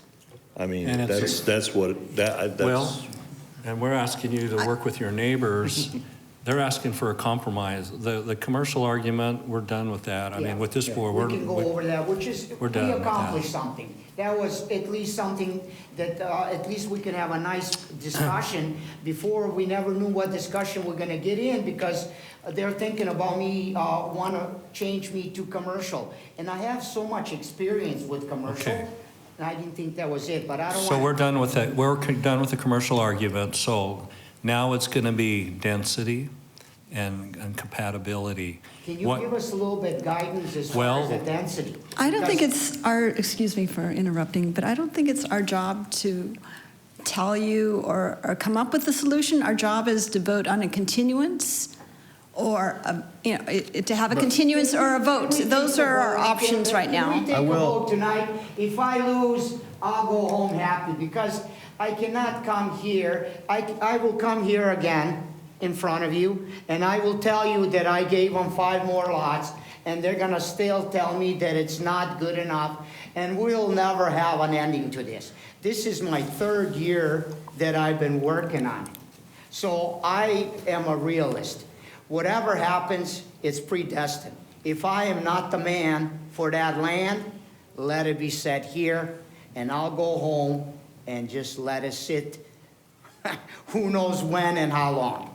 Because I want to develop it, I have the feeling, I have the energy, I have the love, and I think that these things are really, really gonna look nice. Now, if they don't, give me a chance so I can show you. I have other properties that you can come and say, this man is not a truthful person, and we gave him a chance, and look what he has done to us. Okay, we appreciate that, and we can vote, but you know, you actually asked 2 different things to give you a chance, and my thought on the chance is to give you a continuance. We can vote on that. But I would say, you're incurring some additional costs associated with that hookup. That's a bargaining chip. Give them a little bit more within reason. I didn't say throw away 13 homes. It won't work, because the numbers won't work.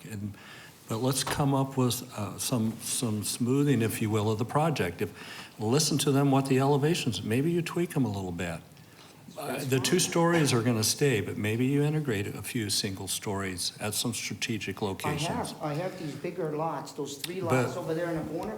I could put a single story there. But we're not going to dictate that, sir. And you know what? I sense a softening of hearts here, and I think they're willing to work with you as long as you come to the table with some agreements. They have heard our story. They know the commercial argument is dead. So if you can have, I think. My consultation say, be Yeah. quiet. And Can I suggest you listen to him?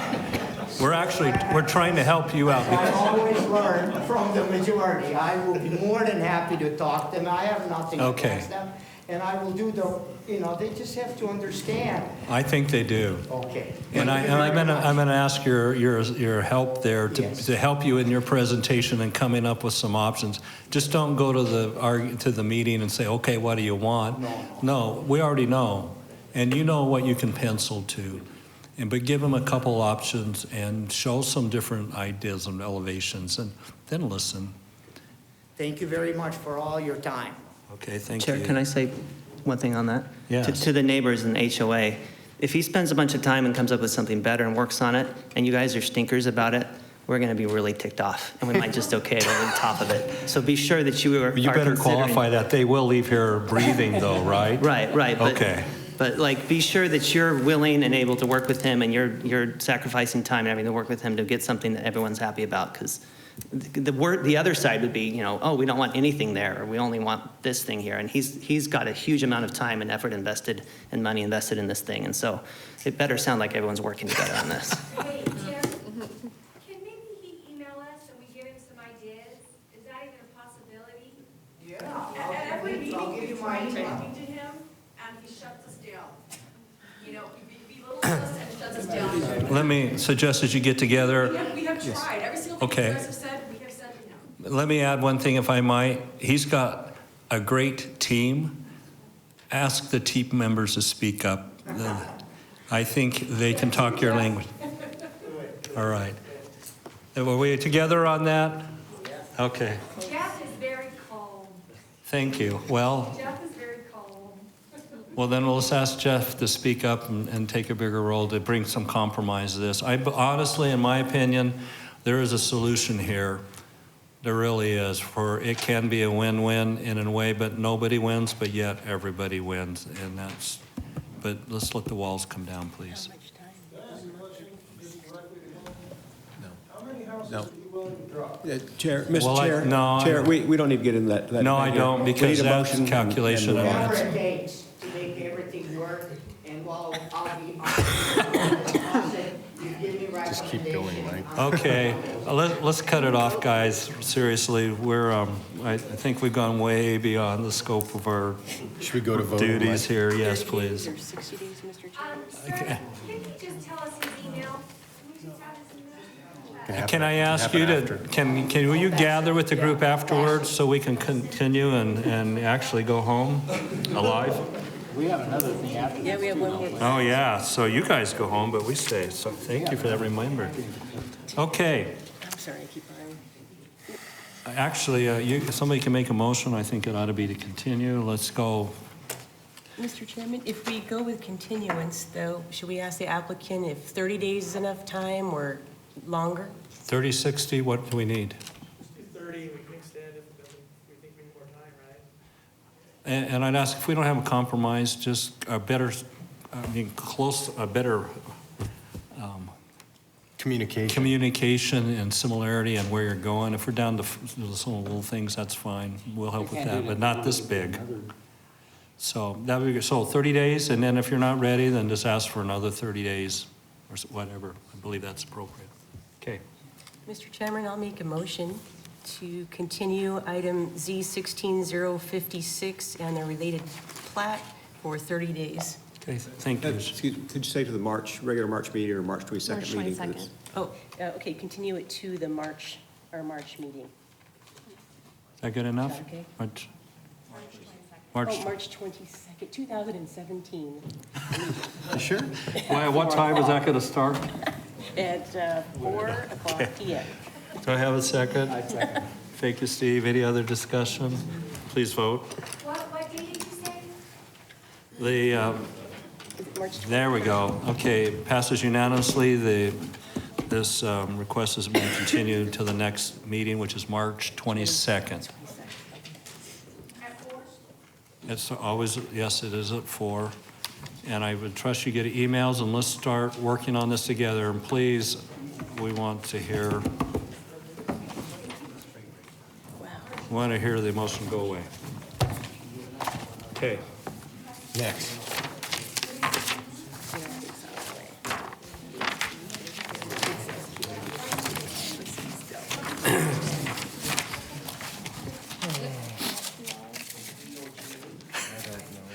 Okay, next item on our agenda is item 7B. It's the BB Living at Eastmark, District 6. It's the preliminary plat. I will turn some time over to staff, Mr. Ellsworth, if you would, and to give us a presentation. Mr. Chairman, members of the board, I'll give you an executive summary, if that's okay. And then if there's specific questions, I know it was pulled from consent for some specific concerns from board members. This is a rezoning request. Sorry, I'm just trying to remember, do we have a blue card here, or you pulled it off because? It was Steve, Where am I? right? Okay, well, hold I on, would say we wouldn't need the summary unless there's a blue card. We don't have a blue card, so, Stephen, we actually pulled this off consent agenda during our study session because you wished to talk about it in a little bit more degree, so this would be the time to bring up your questions. All right. The reason why I had questions about this, I wasn't really convinced on the staff report about the parking issue and the city services, and I don't want to deny this particular plat because I think Eastmark built a great product out in East Mesa. I'd rather see a better job done, and I'm particularly worried about, like I said, the parking and the city services, where the garbage and where else is going to be, because if you have any type of parties or if you have any types of gatherings, there just won't be any place for people to do that, and I don't think this particular plat will accommodate that. What do you That's mean why. by better job? I mean, are you saying throw Well, it we out need to more a list? parking on this. If they have to do, like on this last case, reduce the amount of the lots, and that might have to be done. I think they were concerned about where the trash and garbage might be placed also, if I'm not mistaken. But it makes me uncomfortable, and that's why I wanted to pull it off now. Okay. You may not agree with me, but that's why I mentioned it. I don't want to kill it. I'd rather just continue it to see a better product. That's why. Okay, well, Mr. Ellsworth, you'd like to respond to that, and then we'll. Sure. There were three different concerns that were outlined in the staff report that staff has been working with the applicant on over the last several months. They related to parking, they related to fire service, and to solid waste service. This is a 132 lot, single-family attached product in the Eastmark community. It's located specifically on the north side of Ray Road between Inspirion and, I forget the name of the other client, Reliance. It is serviced by one spine road, and it's a private street. It's got a street width of 29 feet. A standard street width is 34 feet that would allow for parking on both sides. And the type of product that this is also an alley-loaded product. So the attached product, although most of them are facing out to the street, others are siding onto the main street. They're all serviced, their garages are all serviced by a service lane. Service lane is 20 feet wide, which is the appropriate width for fire and solid waste access. To service the solid waste barrels within those service lanes, they need 4 feet of access for the barrels themselves to sit into. To allow the fire service and the fire lane to be served through those. Sorry, it's been a long night. Through those service lanes, they've worked out an exhibit that's in the staff report of how that works out with the homes and the lots. So there's a 2-foot ribbon curb and a 2 feet additionally that will be on those lots that will allow for that 4 feet. And so that will allow the access. We've put specific conditions of approval about notification to neighbors about where those specific service areas would be, how they'll be identified. The parking issue is something that we've come across with this alley-loaded product. There are no driveways within these types of products. Typically, guest parking in a single-family community occurs on those streets because the street widths would allow for it. They're also in the driveways. Without the driveways, with narrower streets, where is the guest parking allowed? The solution that's been proposed by the applicant, and we've worked with staff on that, is that there will be no parking in the service lanes. It'll be designated no parking along Hawk Drive. There is designated guest parking spread throughout the community. There's parallel parking on Hawk Drive. There are designated parking spaces on either end. What we look for from a staff perspective is that they're distributed evenly, that the walking distances from the guest parking to each individual unit. We try to keep it in around 100 to 150 feet. I believe some of these go as far as 200 feet. So it's stretching those limits. As we've worked over the last couple of years with this cluster type of housing, how much guest parking is allowed, or should we allow, or should we be looking for? The proposal here is 2.48 units or parking spaces per unit. The standard required in the community plan for Eastmark is 2 per unit. So there's roughly, for every 3 units, there's 1 guest parking space. Staff's come to a level of comfort with that. Our biggest concern is that it's spread out and that there's enough that there's not that temptation to park along the street or in the service lanes. The conditions of approval we worked out is that the HOA be very active in in enforcing that parking so that we don't have the issues with particularly the fire service and the solid waste service. So with the conditions that we worked out, the applicant through tech review, subdivision technical review, will be working on some of these technical issues. And we'll be working on amendments to the maintenance agreement out at Eastmark to come up with language that will allow us better enforcement, better comfort. So with that, any other questions that you might have, I'll be able to answer. Thank you so much. And my thoughts are in Eastmark, the developer would be very careful to make sure that they're putting a product in there, even though the high density was the objective. I remember going back to the original days, and that's what we have. It's still a high density project, just like the one we spoke of to some degree. But they're going to take responsibility. So Steve, I have to go back to you. Does it help you at all? I think there's a lot of challenge. I still think there'd be a lot of challenges on there, and I think you're going to ask the residents to do a lot of walking if they have. That's the case, and also the homeowners association, as I mentioned before in the study session, they'll be doing a lot of enforcing on the parking issue, especially city services. Perhaps that can be done. Again, it just makes me uncomfortable. That's all I can really say. Okay, thank you. Let me just add another thought to that. If it's not a good product, it won't sell. The price points, the volume will affect that, and you will see it. Yeah, they do make a good product. If it does go through, I hope they can resolve it. And I'm happy with the other products that they have. It just, this particular one is just a little bit, it bothers me a little bit. Okay, thank you, Steve. Any other comments, questions, board members? I have a quick question. Does this go before design review? Has it already been before design review? The design review process in the Eastmark community plan, so the zoning on the site is planned community. The planned community allows the development of a community plan, which becomes the zoning code for that community. Design review takes place in the design review committee at Eastmark. So our design review doesn't touch it? We have a city representative on that committee that looks at that, but it's currently going through that process now. Okay, so we won't know what their thoughts are on it, on this, because I know our design review, there's a very handsome building going through yesterday, and they were concerned that you'd have to walk from the parking spot about 60 or 70 feet if you wanted to go to the far thing, and this seems like it's far more than that. So I just wanted to, that gives me some concern too, that there'd be a lot of parking here and then walking far, far, far away.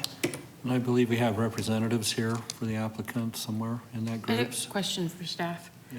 So you're talking about, you mentioned the alley width and the collector width, and then the parking calcs and units.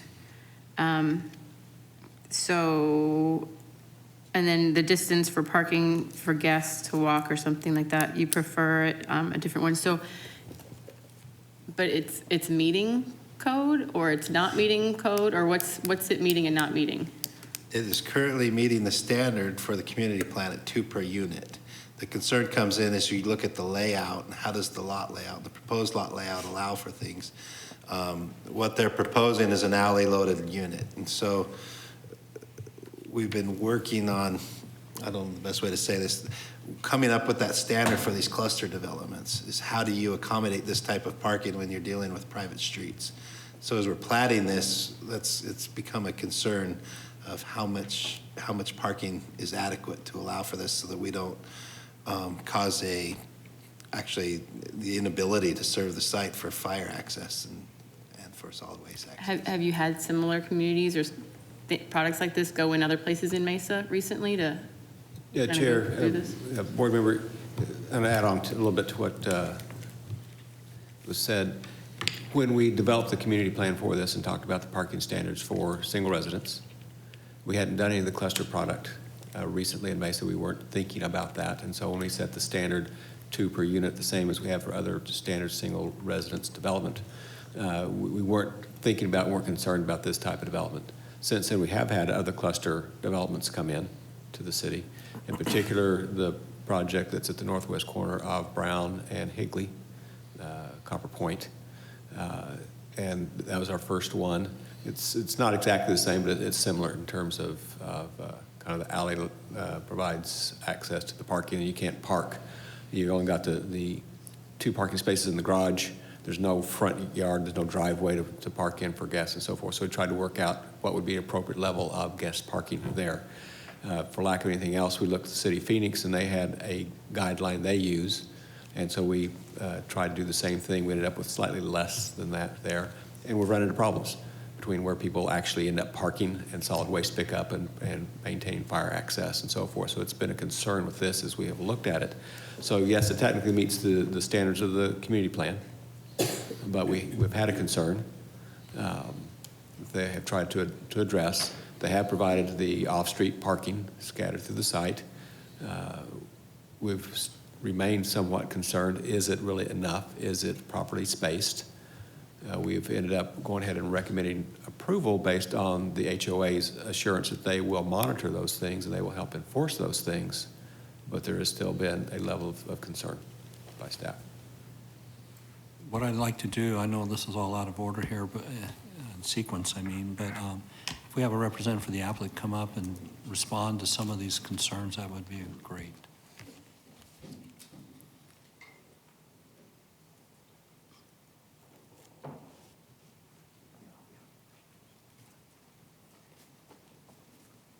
Hello, I'm Daryl Berger. I live at 4333 East McDonald Drive in Phoenix. I am a co-founder and principal of BB Living Residential. We are the developer of the subject site.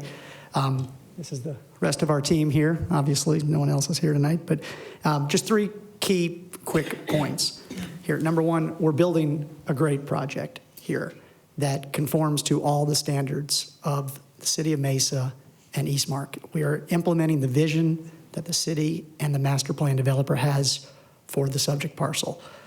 Number two, as we all know, DMB is a world-class developer. They have a massive investment in the city of Mesa that they're looking to protect. They're not going to let a charlatan come in there and build bad product. Nor are we going to make a very large investment in Eastmark that's a bad development that's not going to be consumer friendly. We know what we're doing. Our consumers are going to love this product, and we're very confident in what we're building. And then number three, we have had extensive meetings with the city staff, and we have worked through many months and many issues, including that's those final issues that we're raising here tonight, and we have come to an agreement on all of these issues. So we feel very good about where we are, and any further technical questions, we're happy to answer.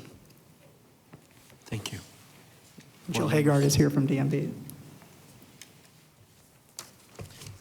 Questions? Good evening. Yes, go ahead. Jill Haggart with DMB Associates, 7600 East Doubletree Ranch Road, Scottsdale, Arizona.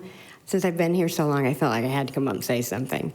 What I really just wanted to say is just a few things. We actually sought BB Living to come to this particular location. They're doing another similar project in Verrado, and we really liked it. This part of Eastmark, this particular corner, is really more of a high-density area, and we've got a couple different products in there, but we've clustered them in small areas. So instead of having large areas of green courts, we've got smaller areas with auto courts and then some shallow wides, and then this row product. So this intersection is actually really important to us. This is ground zero for us right now. This is the marketing trail into the project. It's right next to the Great Park. It's next to the visitor center. Everybody that comes to Eastmark now goes down this street. And so we don't want anything bad. We want a great project here. And the way that project is engaging the street, if you look at their site plan, there's not going to be walls against Ray Road. There's going to be fronts of houses. So we really liked the project, and we're really excited about it. We don't own the project anymore. We've sold it, but we've been participating as a partner with BB Living as we've had all the meetings with the city. With regard to the parking, we went through the same conversation with the projects to the north, which have already been platted, and we spent a lot of time to try to find locations for parking, and so I think we accommodated the staff's questions there. This portion, I think the most important thing is that it does exceed the parking requirement. It is lower than what we've got in our area to the north, but when you look at it as a whole, there'll be parking outside of this area that people can park in. So I just want to make that point. In terms of the standards, and I think staff articulated this, but we're a little bit of an odd duck because this is what guides the development in Eastmark. It's a combination of standards that we created and amended standards of the city of Mesa, and then standards that are in their engineering standards. So I think you can say everything meets the standards. With regard to the trash pulls, I know that was a specific question that had come up. One thing that is very unique about our projects is our complexity of our HOA.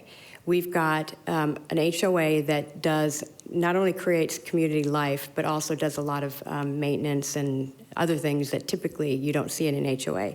So we have there's a tiered level of things that go on. We have master disclosures that residents get when they purchase, and then for each subdivision, we record what we call supplemental declarations. So for this site, there will be a unique set of supplemental declarations that will specifically talk about parking, where you can park, where you have to pull your trash can. In some instances, you may have to pull your trash longer than 100 feet. We're going to require a disclosure, a signed disclosure. So when somebody does purchase a property, they have to sign a piece of paper acknowledging that they're going to have to pull their trash, maybe more than 100 feet. And then lastly, staff mentioned the community maintenance agreement. This is a very unique animal. I'm not sure if there's even another community maintenance agreement in Mesa other than maybe in Cadence. It's a tri-party agreement between the City of Mesa, DMV, and the Alliance, and it discusses just a plethora of issues. For example, we have custom light poles and a lot of custom stop signs and that sort of thing. We actually supply those for the city, so the city doesn't go out and buy them. We have a supply for those. So the community maintenance agreement addresses those types of things. One of the suggestions that came up as part of our many conversations on this project was addressing the issue of the solid waste. And so we're going to be addressing it in that document, which is very unusual. So I think that was a really effective way to deal with some of the legitimate issues that were raised. So I just wanted to make sure I covered those few things. Okay, thank you. Board members, any questions for anybody? I do have one comment. I do appreciate the quality standards that Eastmark and DMB has in our community, and I see that.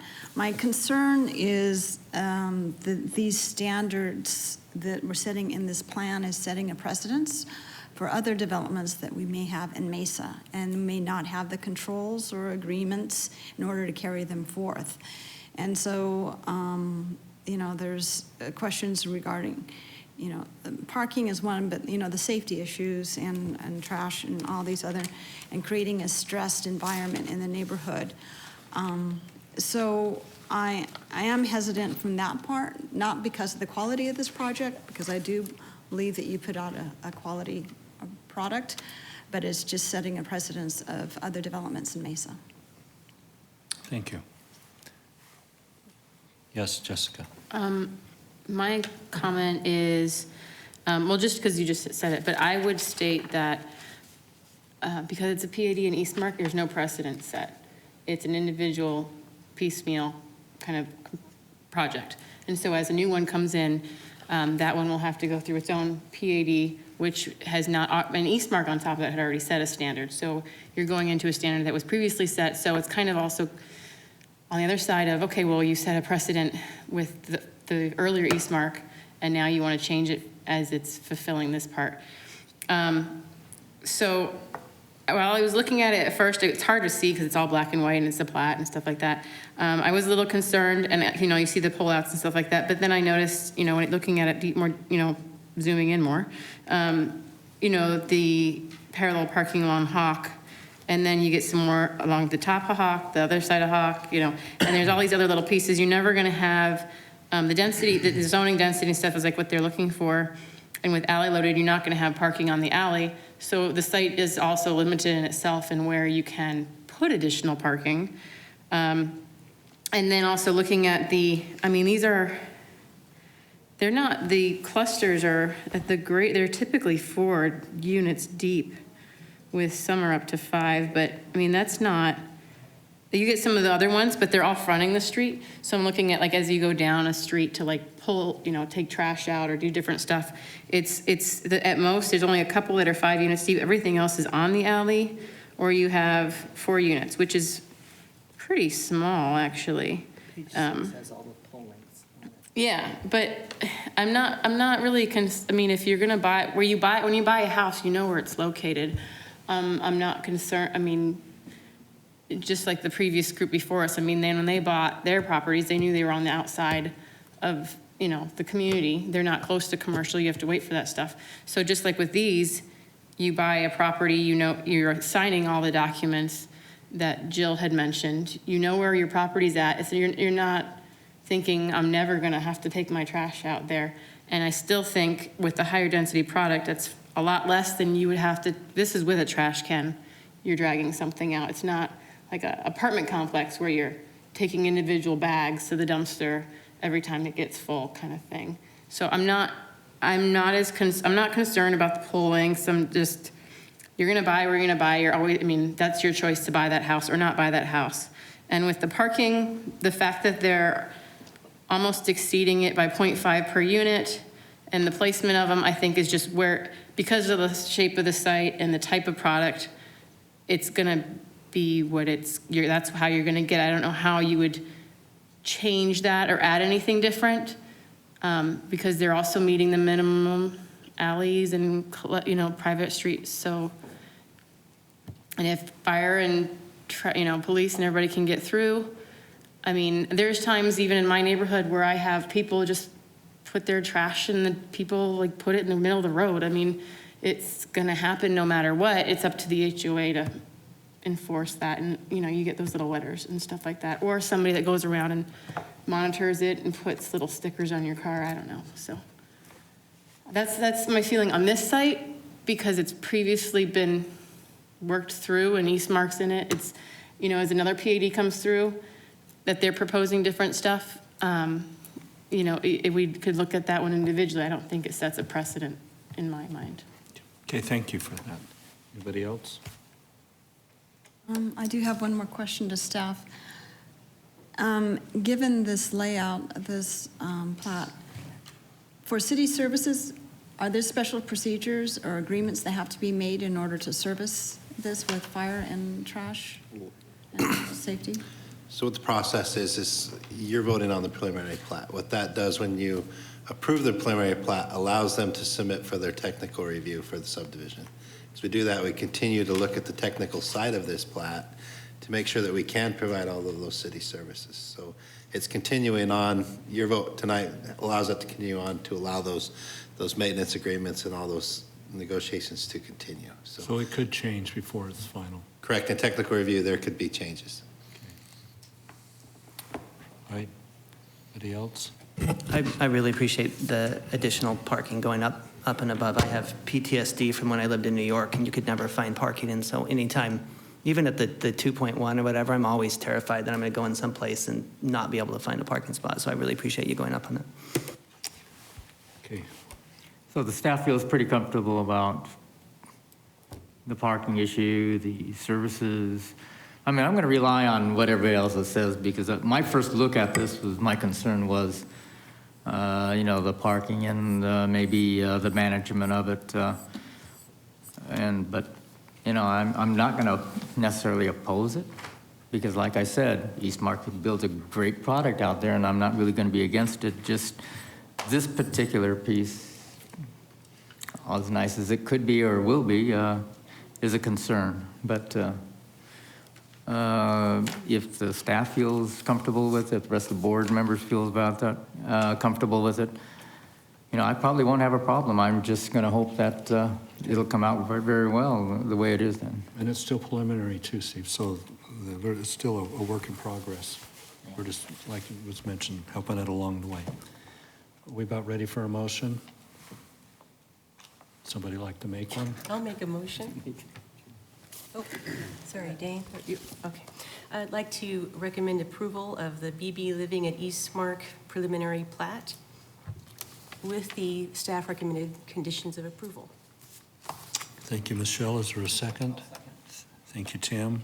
Any other discussion? not, please vote. Motion passes unanimously. Unless I lost the last page, well, let's see, any other business before I adjourn? John, are we good? Okay. I will entertain a motion to adjourn this meeting. Thank you, Jessica. Second? Thank you, Jennifer. Please vote. I didn't, unless you want to discuss that. So. Okay. Thank you, everybody. It's been an eventful evening. Let's go home.